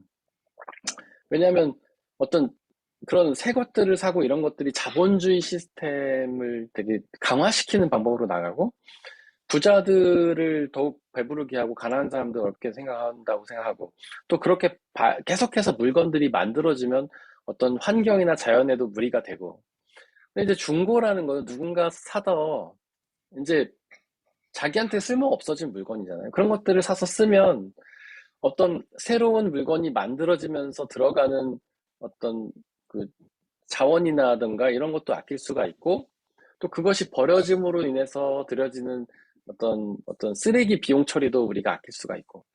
그래서 그런 차원으로 저는 이제 중고를 주로 쓰고요. 그러니까 전자기기를 포기할 수는 없죠. 저도 하라면 자매님처럼 애플을 포기할 수는 없습니다. 저도. 하지만 우리가 그런 것들을 소비하지만 가능하면 좀 더 이렇게 새 것들이 아니라 중고를 씀으로써 지혜롭게 소비하는 방법도 있을 수 있고요.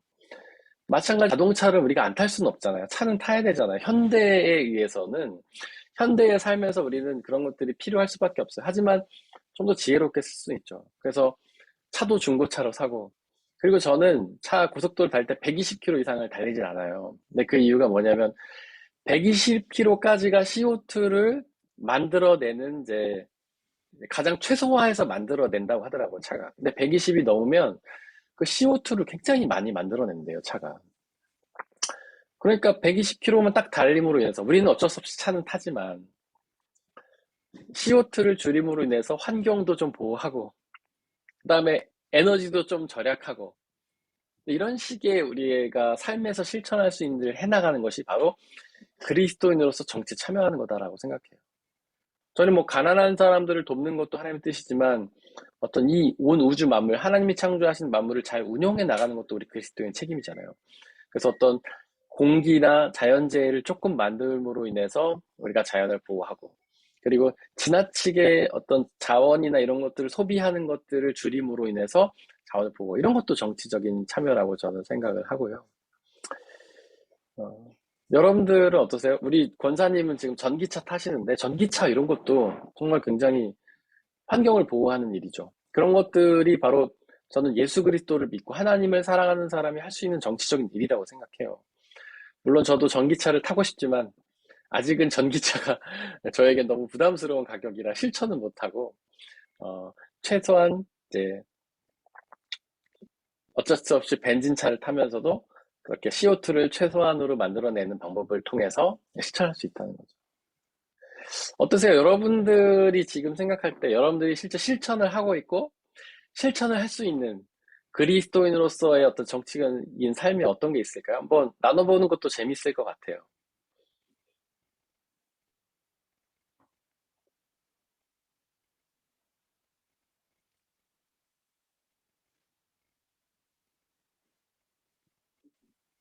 저는 될 수 네. 있으면 야채랑 과일은 너무 멀리 남미나 어디 너무 사과나 너무 멀리서 온 거를 안 사고 될 수 있으면은 주변에서 생산된 거를 사려고 노력을 하고요. 네. 고기 소비를 줄이고 네.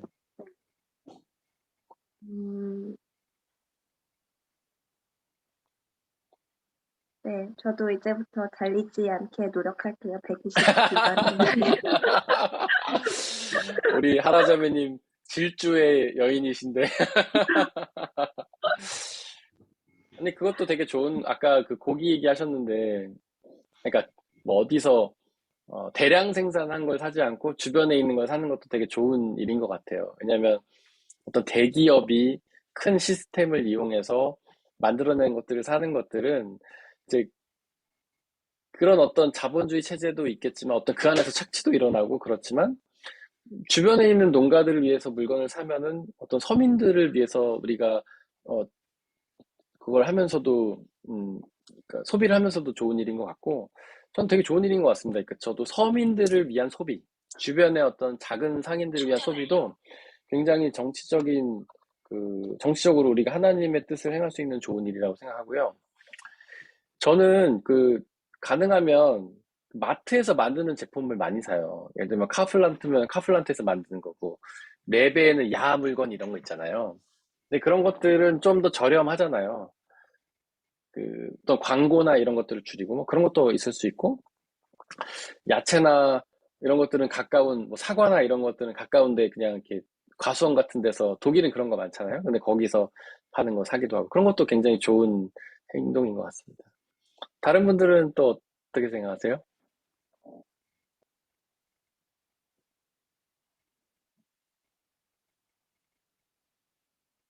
이거 다 시킬 거예요, 여러분들. 하나 빨리 생각해서 말씀해 주세요.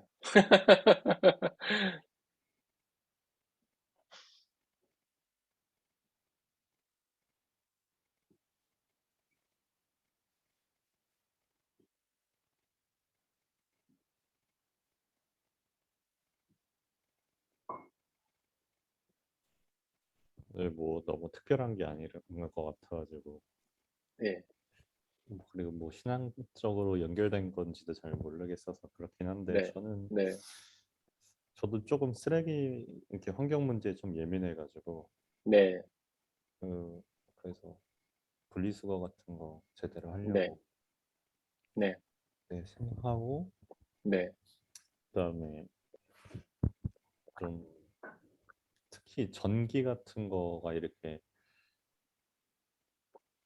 불필요하게 이렇게 불이 켜져 있거나 뭐 그런 거를 조금 싫어해가지고 경계 지양을 해가지고 네, 항상 불 끄고 다니고 네, 네 약간 좀 그런 게 있는 것 같고 네, 그래서 네, 네. 그 정도. 굉장히 신앙적인 거죠. 왜냐하면 어쨌든 쓰레기를 줄이고 분리수거를 잘하는 것들은 우리가 이 지구를 보호하려는 목적인 거잖아요. 우리가 쓰레기 대충 버릴 수도 있어요. 하지만 분리수거를 하고 그다음에 줄이고 하는 노력들은 이 지구의 고통을 줄여주는 하나님이 만드신 이 창조 세계를 잘 운영해 나가는 하나의 방법이죠. 그 성경에 보면 우리가 생육하고 번성하라 그리고 지구를 이제 이 온 우주 만물을 다스리라 이야기를 옛날에는 착취로 이해를 했어요. 그래서 뭐 인간 마음대로 개발을 하고 어떤 동식물들을 마음대로 그렇게 처리를 하고 자연 막 산을 깎아버리고 동물을 마음대로 사육하고 도륙하고 모아서 키우고 근데 이런 것들을 줄여 나가는 것도 저는 창조 질서를 하나님의 창조 질서를 운영해 나가는 굉장히 지혜로운 것인 것 같고요. 그런 것도 우리 신앙인들이 충분히 삶 속에서 실천할 수 있는 하나님의 어떤 뜻이라고 생각해요. 너무 귀하다고 생각하고요. 전기를 만들어내는데도 여러 가지가 필요하잖아요. 뭐 석유를 떼야 된다든가 원자력을 한다던가. 근데 이런 것들을 줄이면 우리가 태양광을 통해서도 충분히 전기를 쓸 수 있잖아요. 그럼으로써 지구의 부담을 줄이고 저는 굉장히 중요하다고 생각하고요. 저도 전기 많이 아낍니다. 우리 아이들이 켜놓고 다니고 열심히 끄고 다니고요.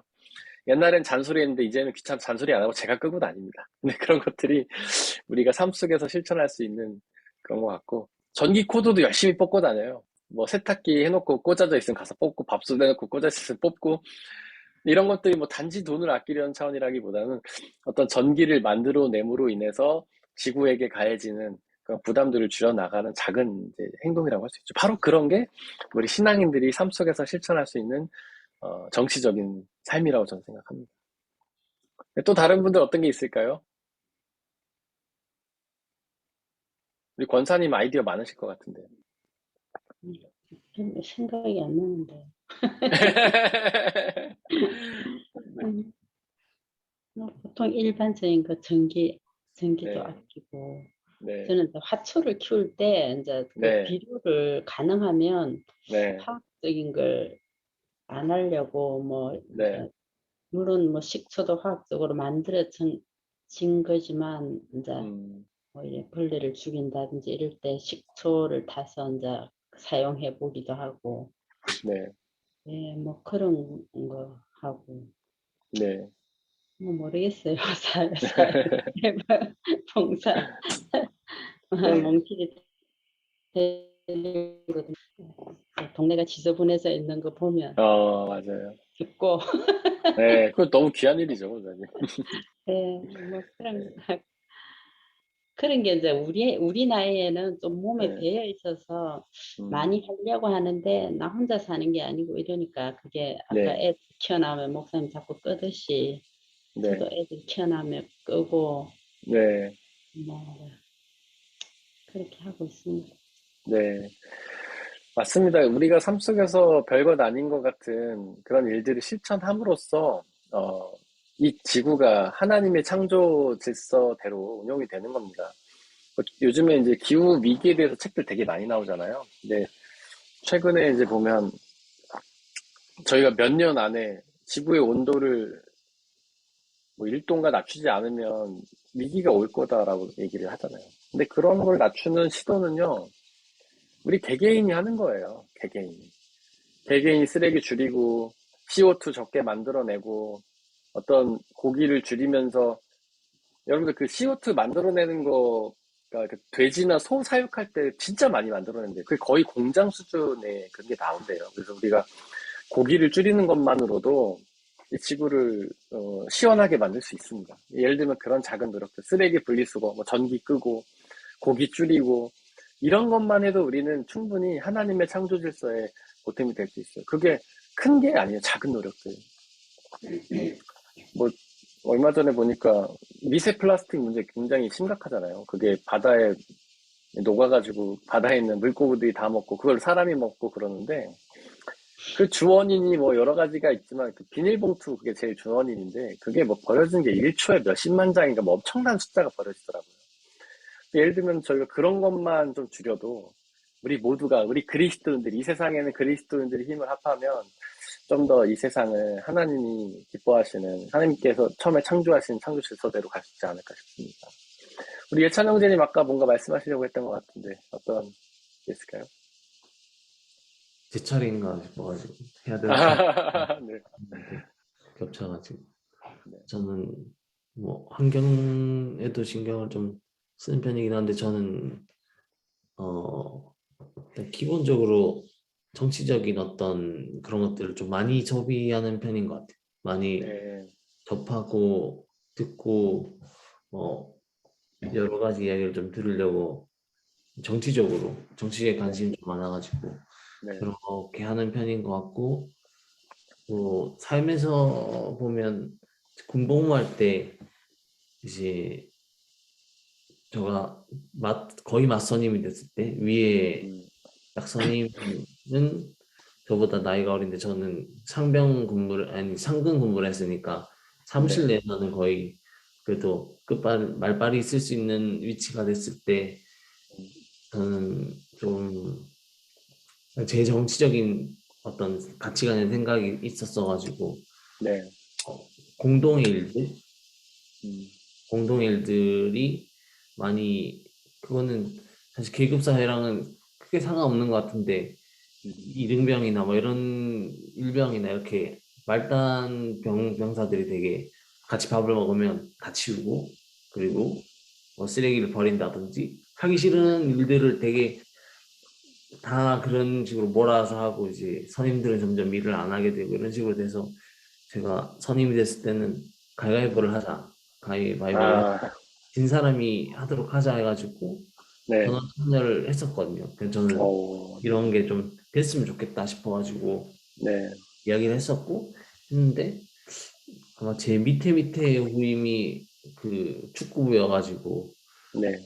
없어진 걸로 알고 있는데 네. 그래도 그런 거 하나하나가 좀 제가 힘이 어떤 결정에 힘을 좀 쏟을 수 없을 때는 음, 제가 그거를 막 선임들한테 이야기하는 거는 사실 사회 전복 같은 일이잖아요. 그 네. 전복에서는 사회에 도전하고 원래 있던 가치에 대해서 반항을 하는 거기 때문에 그럴 때는 되게 많이 순응을 하고 많이 그 시스템에 따라가는데 제가 어떤 이야기를 낼 수 있었을 때는 좀 네.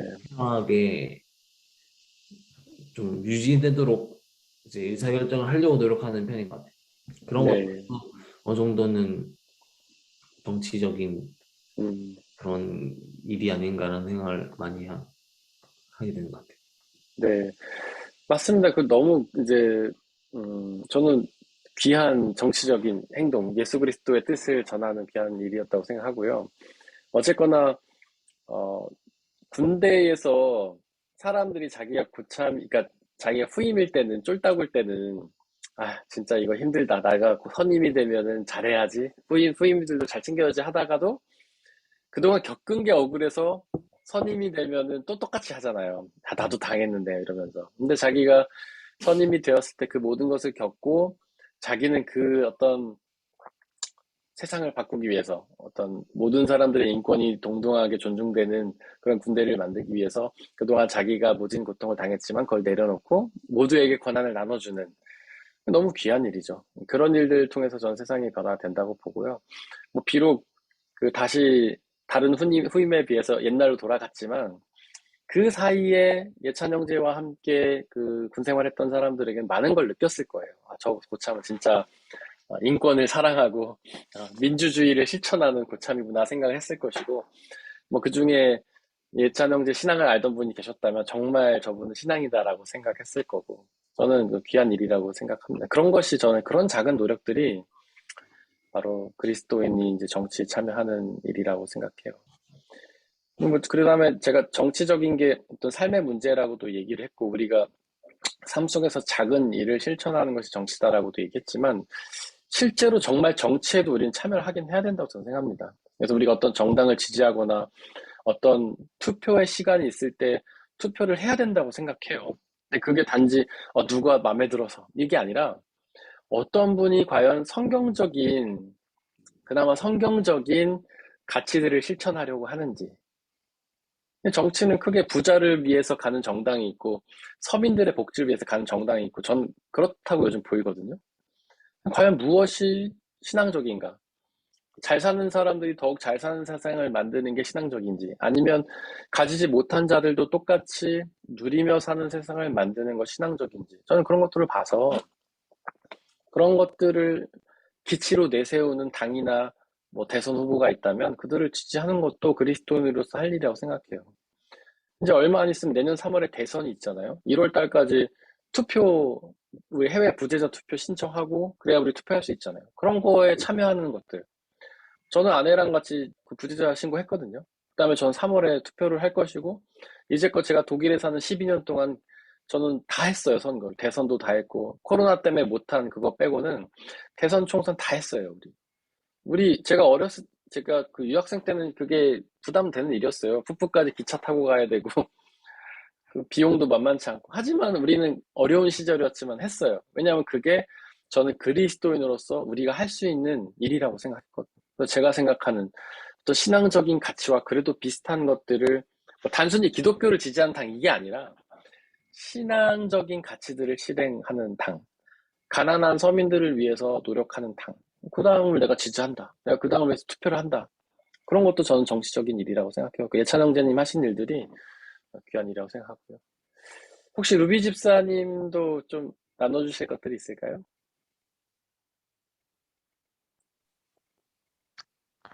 저는 네. 예찬 형제님이 멋있는 걸 말씀하셔가지고 네. 제가 뭐 부담스럽네요. 저는 저도 두 가지 정도가 있는데, 한 가지는 저도 환경에 대해서 관심이 많고, 저는 동물에도 관심이 엄청 많고, 근데 이제 그게 합해져서 우리가 버리는 쓰레기로 이제 바다에 뭐 TV를 통해서건 그 쓰레기로 인해서 막 새나 바닷속에서 막 목에 쓰레기가 감겨 있고 그런 안타까운 것들을 접하면서 저는 그래서 특히 플라스틱이 얼마나 그 생물체들이 이렇게 위험하고 그런가 싶어서. 근데 장을 보고 와서 정리만 해도 플라스틱 그 쓰레기가 산더미처럼 쌓이는 걸 보면 진짜 놀랍거든요. 그래서 네. 그러면은 사와서 생기는 쓰레기는 내가 어떻게 할 수가 없고 네. 집에서 무엇이든지 부엌에서 남을 때 그 부엌에서 사용할 수 있는 그 비닐 봉지를 사용하지를 말자. 그래서 저는 무엇이든지 남거나 야채를 보관할 때 유리 네. 용기로 다 바꿨어요. 그래서 음. 냉장고에 비닐 봉지가 많이 보였었는데 그거를 좀 자제하고 절제를 해보자. 그래서 네. 그거를 늘 신경 써서 노력하고 있고, 네. 그리고 또 그리스도인으로서 제가 사회 활동을 할 때 네. 진짜 저의 작은 실천이 큰 영향력이 될 수 있다는 걸 전 믿어 의심치 않거든요. 네. 그래서 제가 본의 아니게 직장을 진짜 많이 옮겨 다녔는데 그 잠깐씩 머무는 그 직장의 테아터에서 어른들끼리 일하는 현장인데 어딜 가나 그 그룹 안에는 왕따가 있더라고요. 근데 그거를 제가 처음 들어가서 한 3일만 겪어봐도 그게 보일 정도로 되게 뚜렷했어요. 그래서 너무 가슴이 아프고 슬프더라고요. 어린 아이들이 철없어서 그러는 것도 아니고 어른들끼리 왜 저럴까 하면서 근데 저는 이게 평생 직장이 아니고 어쨌든 잠깐씩 머무는 직장들이었기 때문에 그러면은 저들을 변화시킬 수는 없고 내가 자리가 잡혀 있으니까 그럼 내가 그 한 명의 친구가 되어 줄 수 있겠다라는 생각을 늘 했었어서 그리고 네. 친구가 되어 줘서 그 다른 단원들이 나를 어떻게 생각해도 제가 더 용감할 수 있었던 거는 상관없어. 그리고 나는 잠시 머무는 동안 나를 뭐 그 역할을 위해서 내가 더 나를 불사르면 되니까 하면서 그들에게 더 다가갔는데 그다음 직장에도 또 그런 사람이 있고 그다음 직장에도 또 그런 사람이 있는 거예요. 그래서 제가 계속 그 역할을 하고 싶었고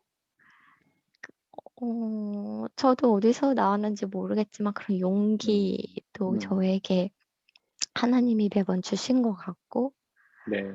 그래서 저는 또 하나님이 그 마음을 함께 해 주셔서 그런지 그 친구들과 지낼 때 뭐 저도 불편함 뭐 딱히 느끼지 못했고 네 그래서 내가 있는 동안만이라도 그들이 '아 동료 애가 이런 건가?' 아니면 '직장 친구 생겼나?' 잠시 잠깐이라도 그런 거를 느꼈다면 네 저는 그걸로 족하다라는 생각으로 그렇게 제 나름 그렇게 했던 것 같아요. 네. 네. 너무 귀한 일이라고 생각합니다. 그러니까 그 소외된 자를 사랑하고 그들을 위해서 마음을 나누는 게 그게 바로 예수 그리스도의 일이죠. 예수님께서도 당시에 가장 소외받던 사람들을 향해 나가셨잖아요. 오늘 저희가 설교 시간에도 이야기하겠지만 예수님은 그들을 단순히 사랑하신 게 아니라 그들을 사용하셨죠. 성경에서 가장 우리가 주목하는 인물들은 사실 뭐 12제자 이런 사람들이지만 그런 사람들은 나약해 빠진 사람들이고 정말로 중요하게 예수 그리스도의 사역에 동참했고 그들과 함께 사역했던 사람들은 바로 여인들이었습니다. 예수님의 탄생도 여자의 몸을 통해서 이루어졌고 그들의 죽으심에 대한 증인과 증언도 다 여자들을 통해서 이루어졌고 여자들은 당시에 사람 취급도 받지 못하던 사람 숫자에 들어가지도 못했던 그 소외된 계층이었지만 그들을 이제 사랑하셨던 예수님, 사용하셨던 예수님 바로 그것들을 우리의 삶에서 실천해 나가는 게 저는 정말 신앙인으로서 우리가 정치적인 삶을 세상의 삶에서 우리의 신앙을 이렇게 적용해 나가는 일이라고 생각해요. 너무 귀하다고 생각을 하고요. 이제 저도 한 가지 이야기를 하고 싶은 게 저희 교회가 여러분들 어떻게 느끼실지 모르지만 저는 저희 교회도 그렇게 운용해 나가려고 애를 씁니다. 저희 교회도 굉장히 민주적인 일들을 하려고 하고 보통 이제 한국의 교회들은 뭐 담임 목사님이나 장로님들이 결정하면 쭉 따르는 시스템이지만 저희는 운영위원회를 통해서 뭔가를 결정하고 지식들이 동의하는 시스템으로 가고요. 운영위원회는 남자분도 있지만 여자분들도 계시고 그리고 그 교회의 어떤 임직자를 세울 때도 완수 집사님 보통 다른 교회 다 남자들 세우는데 저희는 여자분들이 남수 집사도 세우고 뭐 이런 것들이 있는데 그렇게 어떤 여성의 인권을 존중하고 모두가 다 민주적인 어떤 그 의결 시스템으로 가려고 하고 이런 것들이 저희 교회에서 성경적인 하나님 나라의 하나님의 어떤 그런 가치들을 실천을 나가는 일에 우리가 애를 쓰고 있는 교회라고 저는 생각을 하고요. 네, 제가 나름대로 실천해 나가고 있는 일들입니다. 네, 오늘 이렇게 너무 좋은 이야기들 나눠주셔서 감사합니다. 네, 어떤 세상에 우리가 봉사가 단순히 교회 봉사를 위한 게 아니라 세상 속에서 그리스도인으로서 해나갈 수 있는 일들, 특별히 뭐 구조의 나눔 이런 것도 중요한 봉사겠지만 그렇게 어떤 정치적인 참여들, 그래서 하나님 나라의 가치가 세상에서 이루어지도록 노력하는 것들도 그리스도인의 책무다. 그런 것들을 여러분들의 의견을 나눠서 너무 좋았던 것 같습니다. 자, 이제 7과로 넘어가려고 합니다. 하나님의 말씀, 성경. 네. 성경이 뭐라고 생각하세요? 여러분들이 성경에 대해서 알고 있는 것들은 무엇입니까? 이것도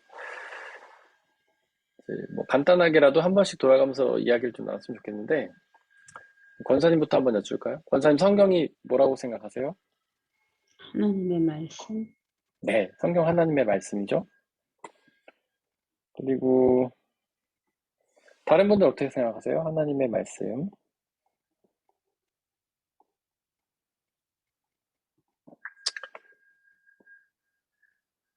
누비 집사님에게 있어서 성경은 무엇입니까?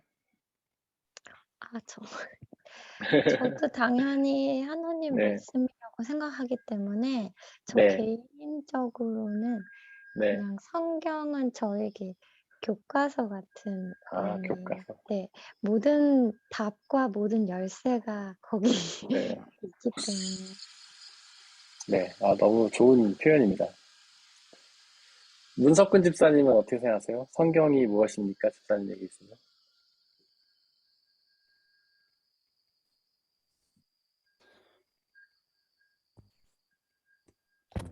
하나님 말씀이라고 생각. 하나님 말씀. 네, 하나님 말씀이죠. 너무 중요한 말씀입니다. 김현주 목소리가 되게 작게 들려요.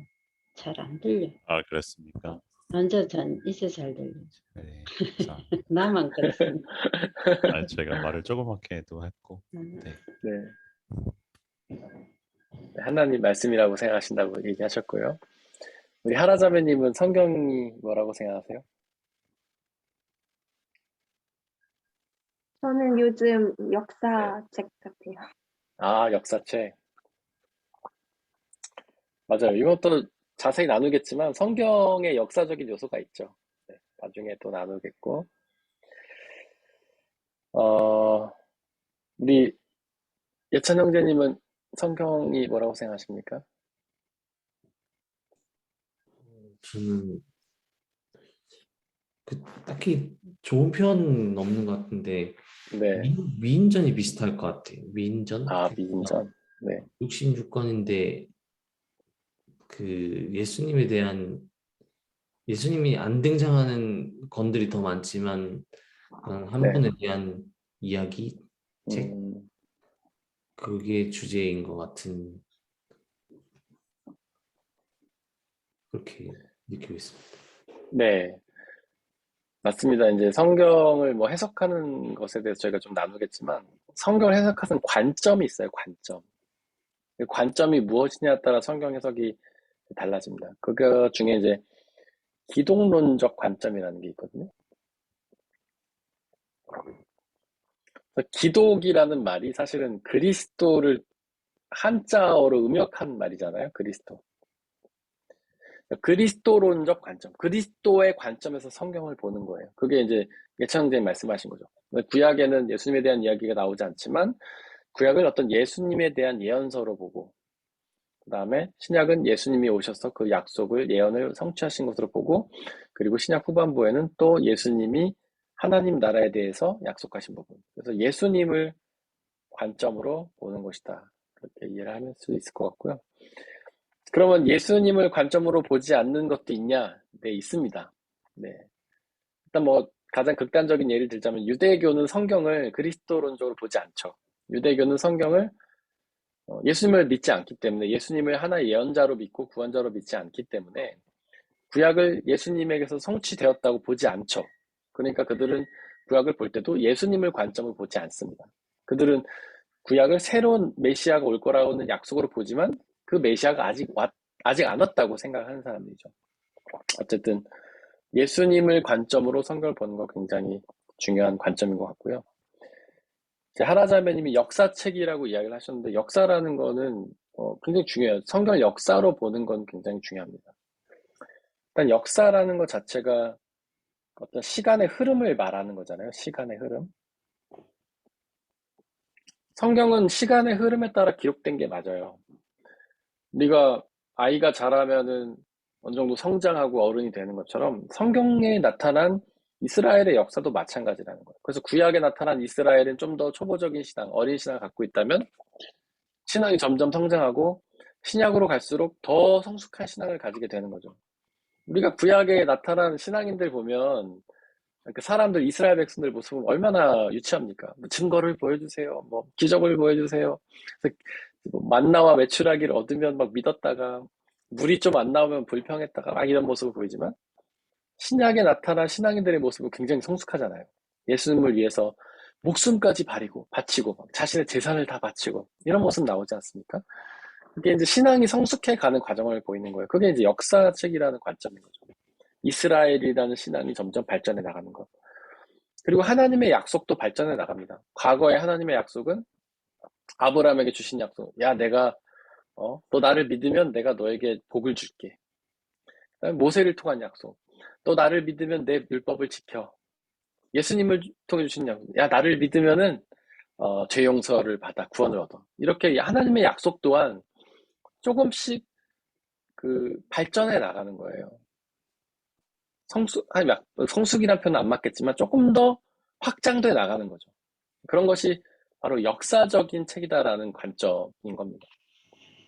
또한 역사책이라는 것은 사실이 기반이죠. 사실을 기반으로 하죠. 그래서 우리가 성경에 기록되어 있는 것들은 다 사실 기반이죠.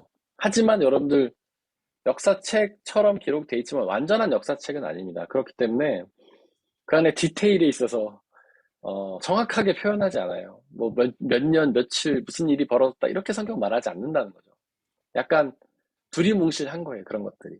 왜냐하면 성경의 관점은 이거를 역사로 기록하려고 했던 게 아니라 증언이기 때문에 그래요. 예수님에 대해서 하나님께서 우리에게 알려주려고 하는 기록이기 때문에 뭔가 디테일에 집중하기보다는 그냥 사건 중심으로 기록이 돼 있죠. 그래서 역사책이라는 관점에 있어서 조금 더 그런 부분은 우리가 유의를 하고 봐야 됩니다. 우리 루비 집사님 답과 열쇠 교과서다라고 말씀하셨는데 이거 너무 핵심적인 거죠. 많은 신앙인들이 성경을 이해할 때 뭐로 이해하냐면 부적처럼 이해하는 경우가 굉장히 많아요. 미안한 말이지만 표현이 그렇지만 그냥 갖고 있으면 어떤 효과를 지니는 것처럼 생각을 하는 거죠. 어떤 분들은 차 안에다 성경책 넣어놓고 다니더라고요. 그거 넣어놓고 다니면 사고가 안 난대요. 뭐 그런 거 예를 들면 십자가를 차에 넣어놓고 다니면 사고가 안 난다고 믿는다든가 그럼 성경을 부적으로 생각하는 거죠. 그러면서 읽지는 않아요. 읽지는 않죠. 그냥 두고만 있어요. 그런 건 잘못된 이에요. 성경은 뭐 교과서가 될 수 있고 우리에게 답과 열쇠를 주는 거죠. 그래서 우리가 문제를 생길 때마다 어려움이 생길 때마다 궁금한 게 생길 때마다 성경을 펼쳐놓고 읽으면서 하나님의 음성을 듣고 그것을 삶에 적용해 나가는 교과서와 같은 겁니다. 가장 중요한 건 하나님의 말씀이죠. 우리 권사님도 얘기하셨고 문집사님 얘기하셨지만 성경은 하나님의 말씀이다. 근데 이 하나님의 말씀이다라는 것도 우리가 논의를 하고 이야기할 게 굉장히 많아요. 그런 것들 이제 차츰 이야기하기로 하고요. 어쨌든 성경은 하나님의 말씀이라는 것들은 분명합니다. 네. 그래서 성경을 하나님의 말씀으로 보는 거 굉장히 중요하죠. 이제 그 성경을 보는 관점에 있어서 이게 사람의 말이냐 하나님의 말씀이냐를 가지고도 논의가 많이 됐어요. 분명히 사람의 기록인데 이걸 어떻게 하나님의 말씀으로 볼 수 있는가? 네. 그 안에 뭐 저희가 좀 이따 나누겠지만 뭐 예를 들면 문제들도 좀 있고 오류들도 있고 안 맞는 부분도 있고 그런데 그걸 어떻게 하나님의 말씀 볼 것인가에 대한 질문도 있지만 전체적인 메시지 자체가 하나님에 대해서 말하고 있기 때문에 우리가 그걸 하나님의 말씀을 볼 수 있는 거죠. 하나님께서 우리에게 주신 언약의 말씀들이고. 네. 우리가 이제 본격적으로 본론에 들어가기 앞서서 제가 한 가지 이렇게 질문 드리고 싶은 게 있는데 성경을 성경이라고도 하고 성서라고도 합니다. 뭐가 다를까요? 성경과 성서의 차이가 무엇일까요? 들어보셨죠? 여러분들 성경이라고 하기도 하고 성서라고도 하죠? 뭐가 다를까요?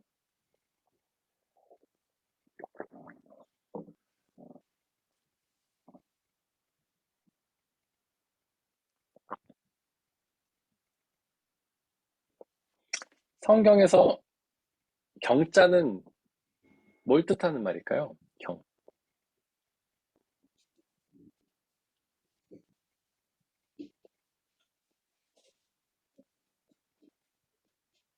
불교에서는 경을 읽는다 그러잖아요. 그게 뭐예요? 네. 근데 그러니까 경을 읽는다고 하잖아요. 그 경을 읽는다고 할 때 경이 뭘 뜻하는 걸까요?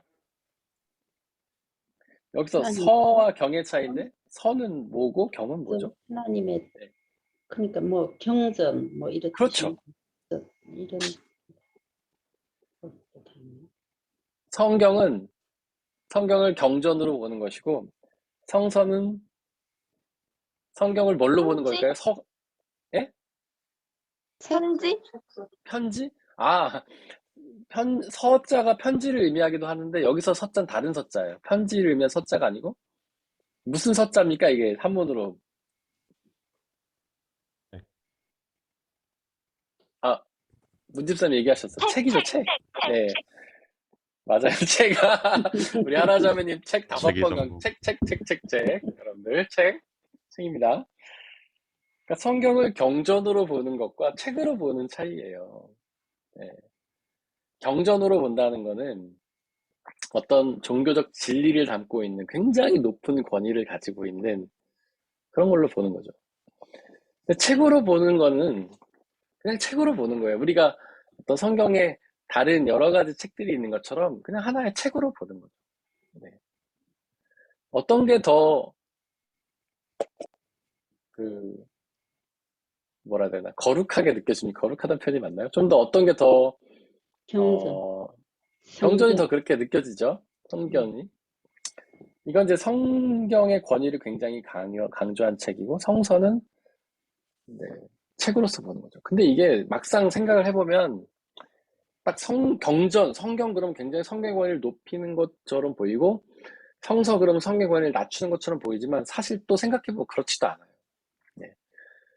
성경이라는 건 책 자체를 굉장히 우상시하는 게 될 수도 있어요. 야, 이 책이 경전이야. 이거 너무 귀한 거야. 그래갖고 어떤 사람들은 이거 굉장히 떨어뜨리면 안 된다고 생각하고 함부로 대면 안 된다고 생각하고 굉장히 소중하게 여기잖아요. 그러니까 성경 자체를 우상시할 수도 있어요. 성경이라고 부르는 건. 성서라는 거는 성서라고 부르는 사람들은 성경 자체는 그냥 책일 뿐이다.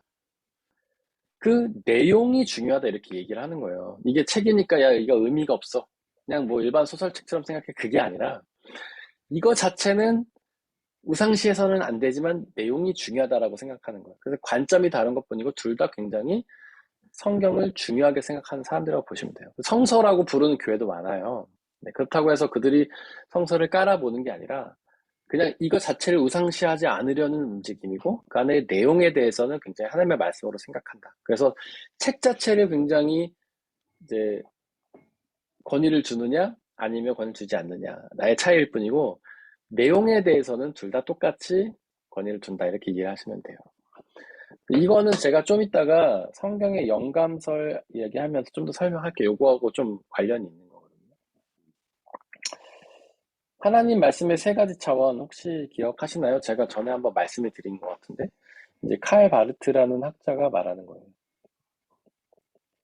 하나님 말씀이라는 게 크게 세 가지 차원이 있다는 겁니다.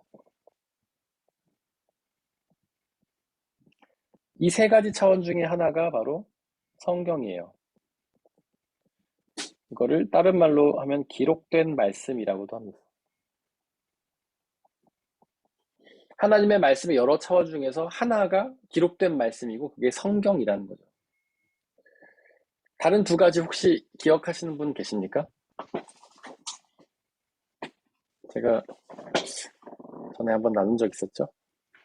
하나자매님 노트를 열심히 뒤지면서 찾고 계시고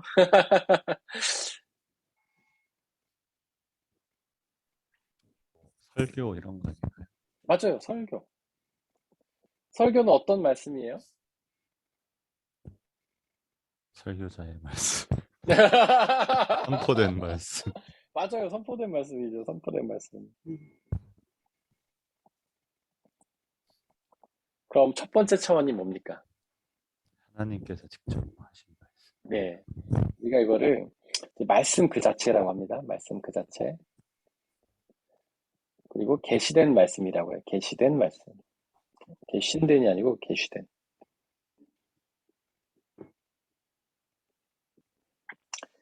계시.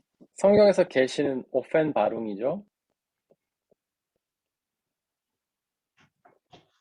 감춰진 게 드러난다는 뜻이에요. 성경에 말하는 계시는 우리는 보통 계시 그럼 미래에 대한 말이라고 생각하잖아요. 그래서 뭐 요한 계시록 그럼 미래에 대한 말이다 이렇게 생각하죠. 노스트라다무스가 계시를 했다. 뭐 2000 몇 년도에 지구가 멸망한다고. 이렇게 미래에 대한 말이라고 생각하는데 성경이 이야기하는 계시는 그런 뜻이 아니에요. 성경이 말하는 계시는 감춰진 것이 드러난다 이런 뜻이에요.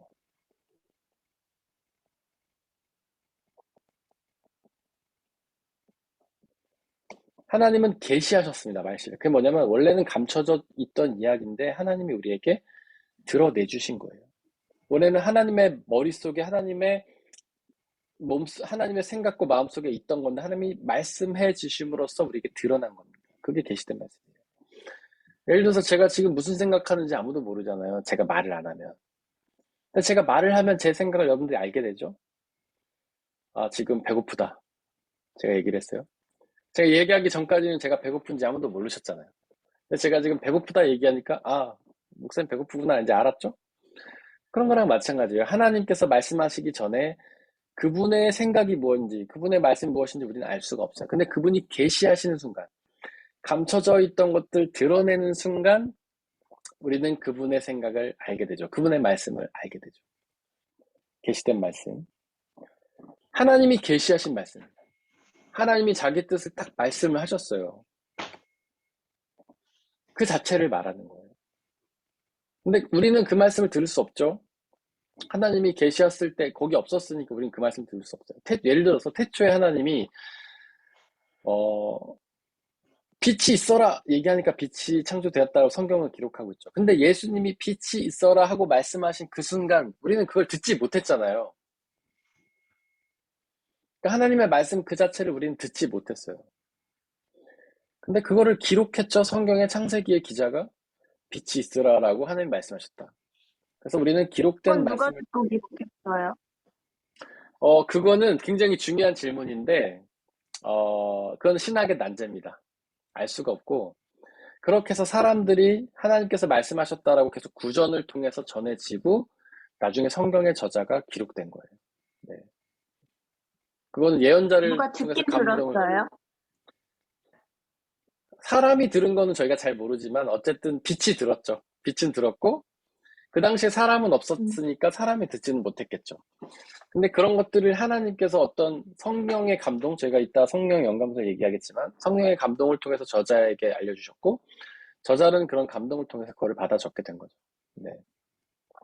우리 하라자매님의 질문이 신학적인 질문입니다. 되게 많이 하는 질문이에요. 하나님께서 말씀하실 때 그때 누가 들었을까 그거를.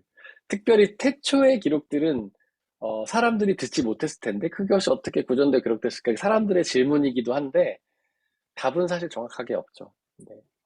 어쨌거나 하나님이 말씀하시는 그 말씀을 직접 들은 사람들은 없지만 그게 기록되어 있잖아요. 우리는 그 기록된 말씀을 통해서 하나님을 경험하게 되는 겁니다. 이게 우리가 경험되는 말씀이에요. 우리가 경험하는 말씀. 그리고 그 기록된 말씀을 통해서 설교자가 그것을 해석해서 선포하는 게 그게 설교라는 거죠. 이 세 가지 중에 어떤 게 가장 권위가 있을까요? 가장 네, 말씀 그 자체가 가장 권위가 있죠. 왜냐하면 하나님이 말씀하신 말씀 그 자체니까. 그 다음에는 어떤 게 더 권위가 질문이 있어요? 있습니다. 네, 네, 네, 말씀 그 자체도 네, 네, 포괄적으로 봤을 때는 기록된 말씀에 속하는 게 아닌가요? 맞아요. 네, 말씀 그 자체가 기록된 말씀에 속하죠. 하지만 우리는 그런 생각을 기록된 말씀이 더 권위가 그러니까 기록된 말씀보다 하나님 말씀 그 자체가 더 권위가 있다고 이야기하는 이유는 뭐냐면 이 기록된 말씀에는 저자라는 게 등장하기 때문에 그래요. 저자가 하나님 말씀을 들었어요. 그리고 그 저자가 기록하면서 그 저자라는 인간의 한계 안에서 한번 걸러진다는 거죠. 필터가 거쳐지는 거예요. 예를 들면 우리가 선글라스를 끼고 바깥을 보면 바깥의 빛이 왜곡돼서 보이잖아요. 그거랑 똑같아요. 하나님의 말씀 그 자체가 있는데 그거를 저자가 듣고 기록하면서 저자라는 한계 안에 걸쳐서 나와요. 그래서 하나님의 말씀에 권위가 있고 기록된 말씀에는 권위가 떨어지는 겁니다. 가장 대표적인 예는 뭐가 있냐면 하나님이 어떤 언어로 말씀하셨을까요? 우리는 모르죠? 근데 저자는 그거를 자기의 언어로 이해한다는 거예요. 구약의 저자는 히브리어로 이해를 했었었고 신약의 저자는 헬라어로 이해를 했었었어요. 거기 언어라는 한계 안에 이미 한번 갇혀버려요. 하나님의 말씀이란. 하나님은 아마 성령으로 감동을 주셨으니까 어떤 언어가 없이 말씀하셨겠지만 저자는 그걸 자기의 언어로 이해를 해요. 말씀, 히브리어로는 다 바르, 헬라어로는 로고스 혹은 쉐마. 원어에는 하나님이 말씀하셨다. 잠깐요. 그거 잊어버렸네. 다바엘이었나? 다바엘로힘이었나? 갑자기 헷갈리네. 어쨌든 그렇게 기록되어 있는 거를 우리나라 말로 번역할 때 하나님이 말씀하시다 이렇게 바뀌잖아요. 그것처럼 언어라는 한계 안에 이미 갇혀버리기 때문에 하나님의 말씀 그 자체는 권위가 있고 저자라는 필터를 통해서 그게 한번 왜곡이 된다는 거예요. 네. 그래서 똑같다고 보기는 어렵다는 거예요. 하나님의 말씀 계시 그 자체와 기록된 말씀이 똑같다고 보기는 조금 어렵다는 거죠. 저는 실은 그 첫 네. 번째 개념, 그 말씀 그 자체라는 개념이 네. 되게 딱 클라하지가 않거든요. 네. 왜냐면은 뭐 아까 예시로 말씀하셨던 태초에 빛이 있으라고 하신 것도 네. 그 뭐 구전이 됐던 뭐 직접 들었던 간에 어쨌든 그것을 기록된 것을 보고 저희가 아는 거잖아요. 맞아요. 그거를 아직 그 첫 번째 말씀하신 거기에 대해서 개념이 딱 네. 오지가 네. 않는. 집사님이 지금 정확하게 설명하신 거예요. 그런데 문제는 우리는 오직 기록된 말씀을 통해서만 그 말씀을 경험할 수 있다는 게 문제죠. 우리는 계시된 말씀 그 자체는 몰라요. 경험할 수 없어요, 우리는. 그래서 원래 권위는 계시된 말씀 그 자체가 권위가 있고 기록된 말씀이 그 다음 권위가 있는데 문제는 우리는 오직 기록된 말씀을 통해서만 그 말씀을 경험할 수 있다는 거예요. 하나님 말씀 그 자체는 우린 들을 수가 없다는 거죠. 그래서 우리에게는 기록된 말씀이 권위 있게 다가온다는 거예요. 정확한 지적입니다. 맞습니다. 이해가 아직 제가 전달이 잘 안 이해는 되네요. 됐는데요. 그럼 왜 네네. 굳이 첫 번째 그 네. 말씀 그 자체라는 개념을 여기다 네. 삽입을 시켰는지가 그냥 말씀의 세 가지 현상이 그렇다는 거예요. 하나님이 말씀이 있고 그거를 기록하는 현상이 있고 그거를 해석해서 설교하는 현상이 있다. 말씀이 이렇게 세 가지 차원을 지닌다는 거죠. 세 가지 차원이 있다는 거예요. 그래서 우리는 다만 기록된 말씀을 통해서만 하나님을 경험할 수 있다. 하지만 그 기록된 말씀이 원래 하나님의 말씀보다는 권위가 떨어지고 그 말씀에서 왜곡이 있다. 그래서 우리가 하나님의 말씀을 성경으로 대할 때 이거를 하나님의 말씀과 동일하게 대할 수는 없고 이 안에서 왜곡이나 어떤 오류나 문제가 있다는 걸 인정할 수밖에 없다. 그래서 이것을 우리가 더 많이 연구하면서 하나님의 말씀 그 자체, 계시된 말씀 그 자체로 다가가려는 노력들이 필요하다. 이런 차원으로 얘기를 드리는 거예요. 네. 네, 이게 이제 되셨죠? 네. 이게 왜 중요하냐면 이 성경을 굉장히 제가 아까 말씀드렸지만 성경이라고 부르면서 권위를 되게 높게 보는 사람들이 있잖아요. 근데 그런 분들이 주장하는 게 뭐냐면 이 성경은 1.1획도 틀린 게 없고 너무 권위가 있어서 우리가 어떤 인문학적인 방법이나 어떤 그 과학적인 방법으로 대해서는 안 된다. 무조건 받아들여야 된다고 얘기하는 사람들이 있거든요. 그러면 신학의 자리가 없어져요. 신학이란 건 의미가 없어지는 거예요. 그렇지 않은 거예요. 이거는 하나님 말씀 그 자체보다는 권위가 떨어지고 이 말씀이 인간이라는 저자라는 필터를 거쳤기 때문에 이건 하나님의 말씀이긴 하지만 인간의 작품이기도 한 거예요. 그래서 그런 식으로 접근해야 우리는 과학적으로 성경을 접근할 수도 있고 인문학적으로도 접근할 수 있어요. 신학의 자리가 생겨요. 그 신학을 통해서 이 말씀을 연구하고 우리가 더 이 말씀을 하나님의 말씀에 가깝게 연구하고 해석해 나가는 작업들을 해야 된다라는 틈이 생기는 거죠. 그래서 말씀의 세 가지 차원을 아는 건 굉장히 중요합니다. 네, 이런 차원으로 필요한 거예요. 문지사님 너무 좋은 질문 해주셨고요.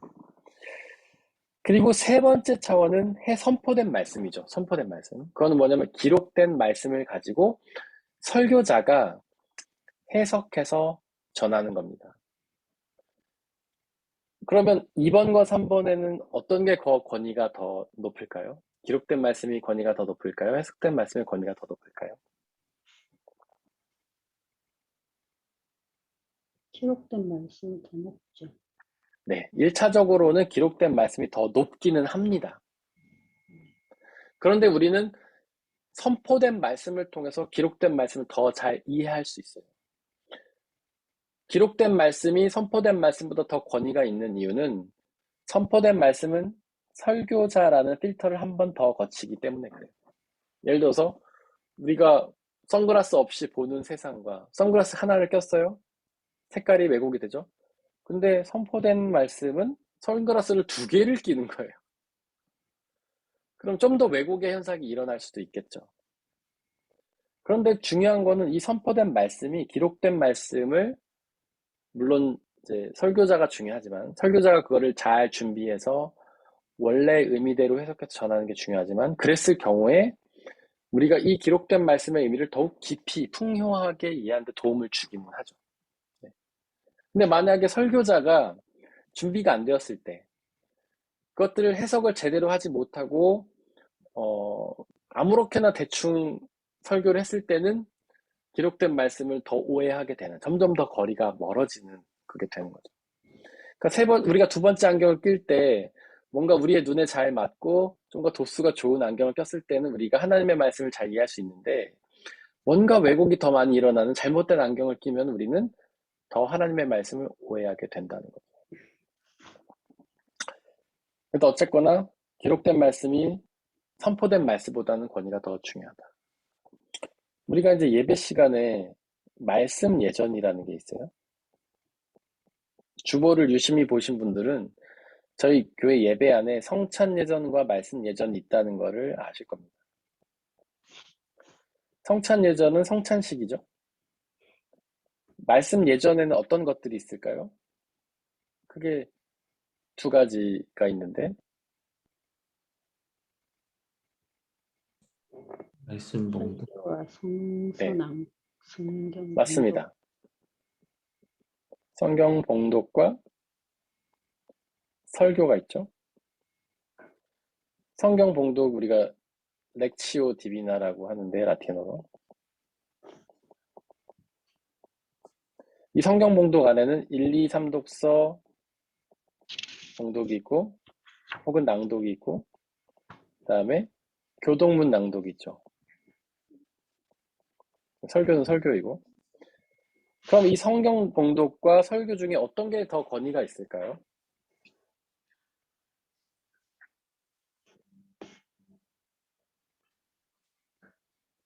성경 공독. 그렇죠. 성경 봉독이 더 권위가 있는 거예요. 왜냐하면 기록된 말씀을 읽는 것이기 때문에. 설교는 덜 중요한 거예요. 성경 봉독보다. 그래서 우리 교회는 전통적으로 우리 교뿐만 아니라 전통적으로 예전 예배를 드리는 교회들이 1, 2, 3 독서를 길게 읽고 설교를 했던 겁니다. 그 이유는 기록된 말씀의 권위가 더 있기 때문에. 근데 이제 칼빈주의 전통은 설교의 권위가 더 있다고 생각을 했어요. 그래서 칼빈주의 전통에 있는 교회들, 제가 아까 말했지만 유럽에서는 개혁교회, 레폼 키르시에라고 하고 한국에서는 뭐 장로교단에 속한 교단들. 그들은 설교를 더 중요하게 생각했어요. 그래서 성경 봉독은 짧게 하죠. 말씀 한 절 정도 읽고 설교를 한 40분씩 하고 이게 이제 이런 전통 안에서 나온 겁니다. 하지만 교회는 전통적으로 설교보다는 성경 봉독을 더 중요하게 생각했다라는 거예요. 그래서 저희 교회도 성경 봉독과 설교의 비중을 비슷하게 두려고 노력하죠. 근데 아무래도 설교가 시간상 길어질 수밖에 없는 건 사실이에요. 왜냐하면 성경 봉독에 우리가 설교할 내용들을 좀 설명도 해야 되고 그러다 보면 설교가 길어질 수밖에 없는데 어쨌든 우리가 생각할 때는 설교보다는 성경 봉독이 훨씬 더 권위가 있는 것이다. 이렇게 이해를 해주시면 좋을 것 같습니다. 혹시 여기와 관련해서 질문 있으실까요? 말씀의 3가지 차원.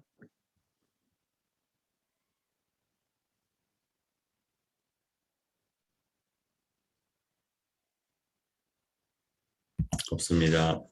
네.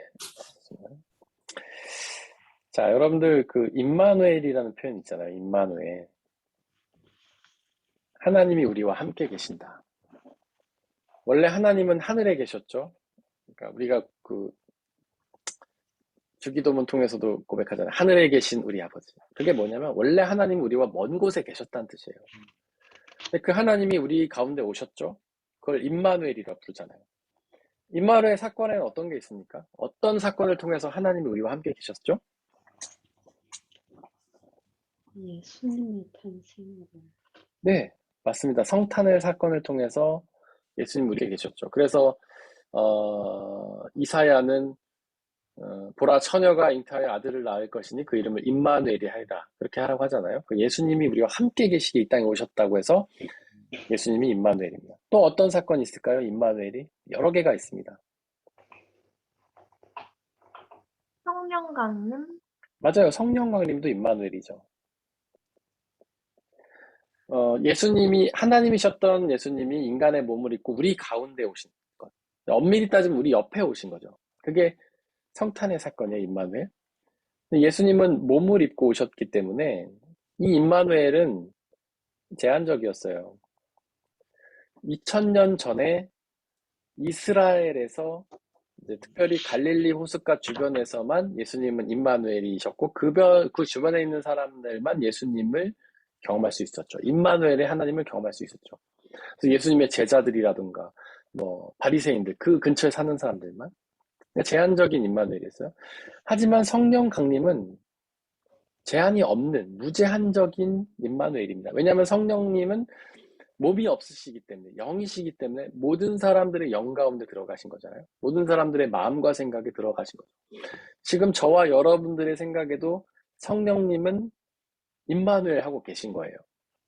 여러분들의 마음과 생각에서 성령의 마음과 생각을 품게 하시는 분, 그분이 이제 성령이시잖아요. 성령의 임마누엘은 무제한적인 임마누엘이다.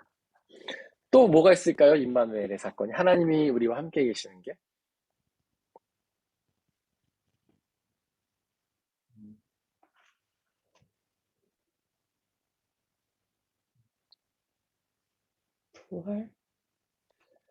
부활, 부활 다음에 어떤 사건이 일어났습니까? 부활 다음에 어떤 사건을 약속하셨습니까?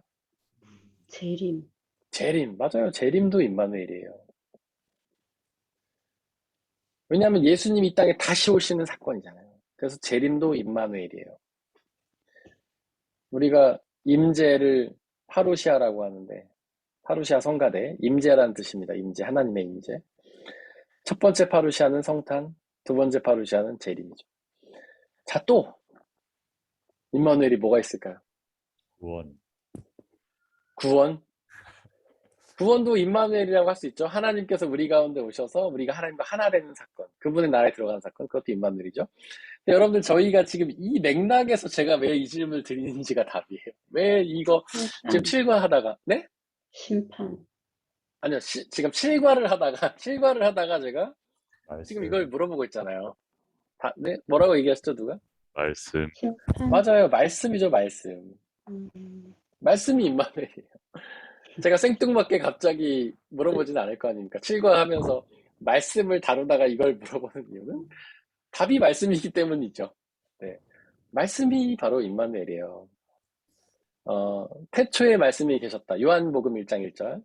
그 말씀이 하나님과 함께 계셨으니 그 말씀은 곧 하나님이시다. 그 말씀이 이 땅 가운데 오셨다. 육신을 입어 이 땅 가운데 오셨다. 말씀이 오셨잖아요. 말씀이. 그러니까 제가 아까 계시된 말씀이 하나님이다라고 얘기를 했는데 그래서 말씀이 곧 하나님이라는 거는 우리는 말씀을 통해서만 하나님을 경험할 수 있다는 뜻이에요. 하나님을 볼 수 없잖아요. 하나님이 말씀하실 때만 우리는 그 말씀을 통해서 그분의 존재를 알잖아요.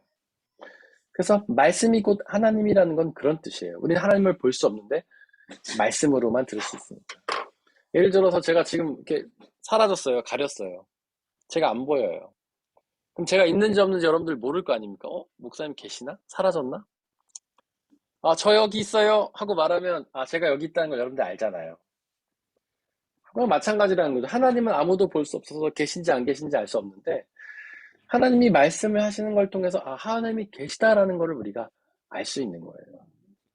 근데 그 말씀이 기록되었어요. 이렇게 기록되었어요. 그래서 우리 곁에 있어요. 이게 바로 임마누엘이라는 거예요. 하나님의 말씀이 기록돼서 우리 곁에 있는 것이 말씀 임마누엘.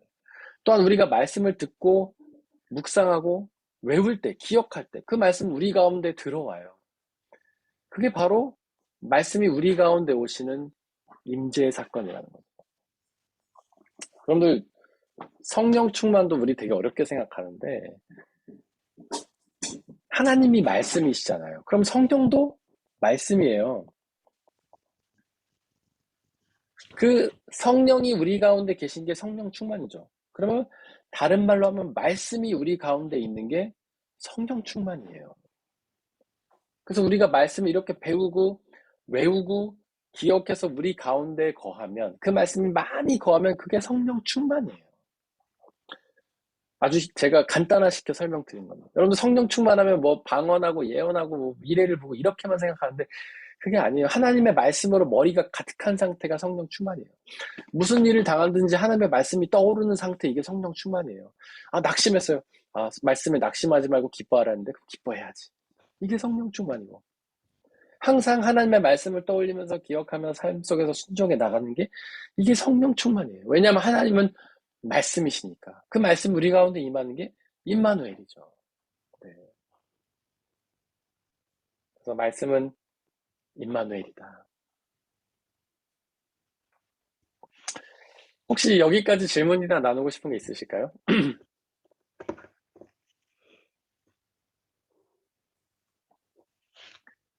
제가 그 성령 충만을 말씀 충만으로 설명한 부분 이해가 되시죠?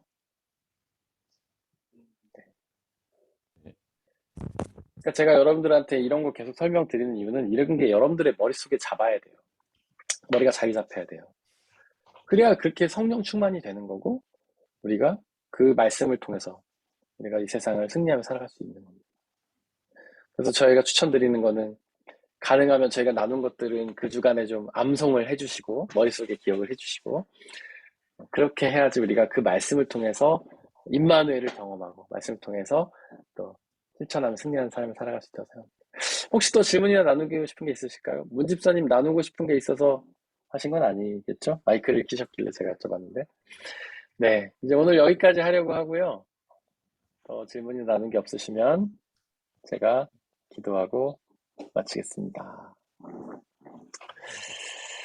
말씀이신 하나님, 말씀으로 우리 가운데 임하시는 임마누엘의 하나님, 이 시간 또 주님의 말씀을 나누었습니다. 때로는 주님의 말씀이 저희에겐 어렵고 부담스럽게 다가올 때도 있을 것입니다.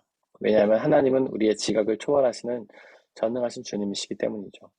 하지만 성령 하나님 우리 가운데 역사해 주시며 우리에게 지혜를 주셔서 하나님의 말씀을 알게 하시고 깨닫게 하시고 믿게 하셔서 또한 순종케 하셔서 그 말씀해 주시는 구원과 참된 기쁨과 자유를 누리게 하여 주옵소서. 하나님 오늘도 말씀하심에 감사합니다. 앞으로 그 말씀을 저희가 늘 기억하며 살게 하여 주옵소서. 우리 주 예수 그리스도의 이름으로 기도드렸습니다. 아멘. 아멘.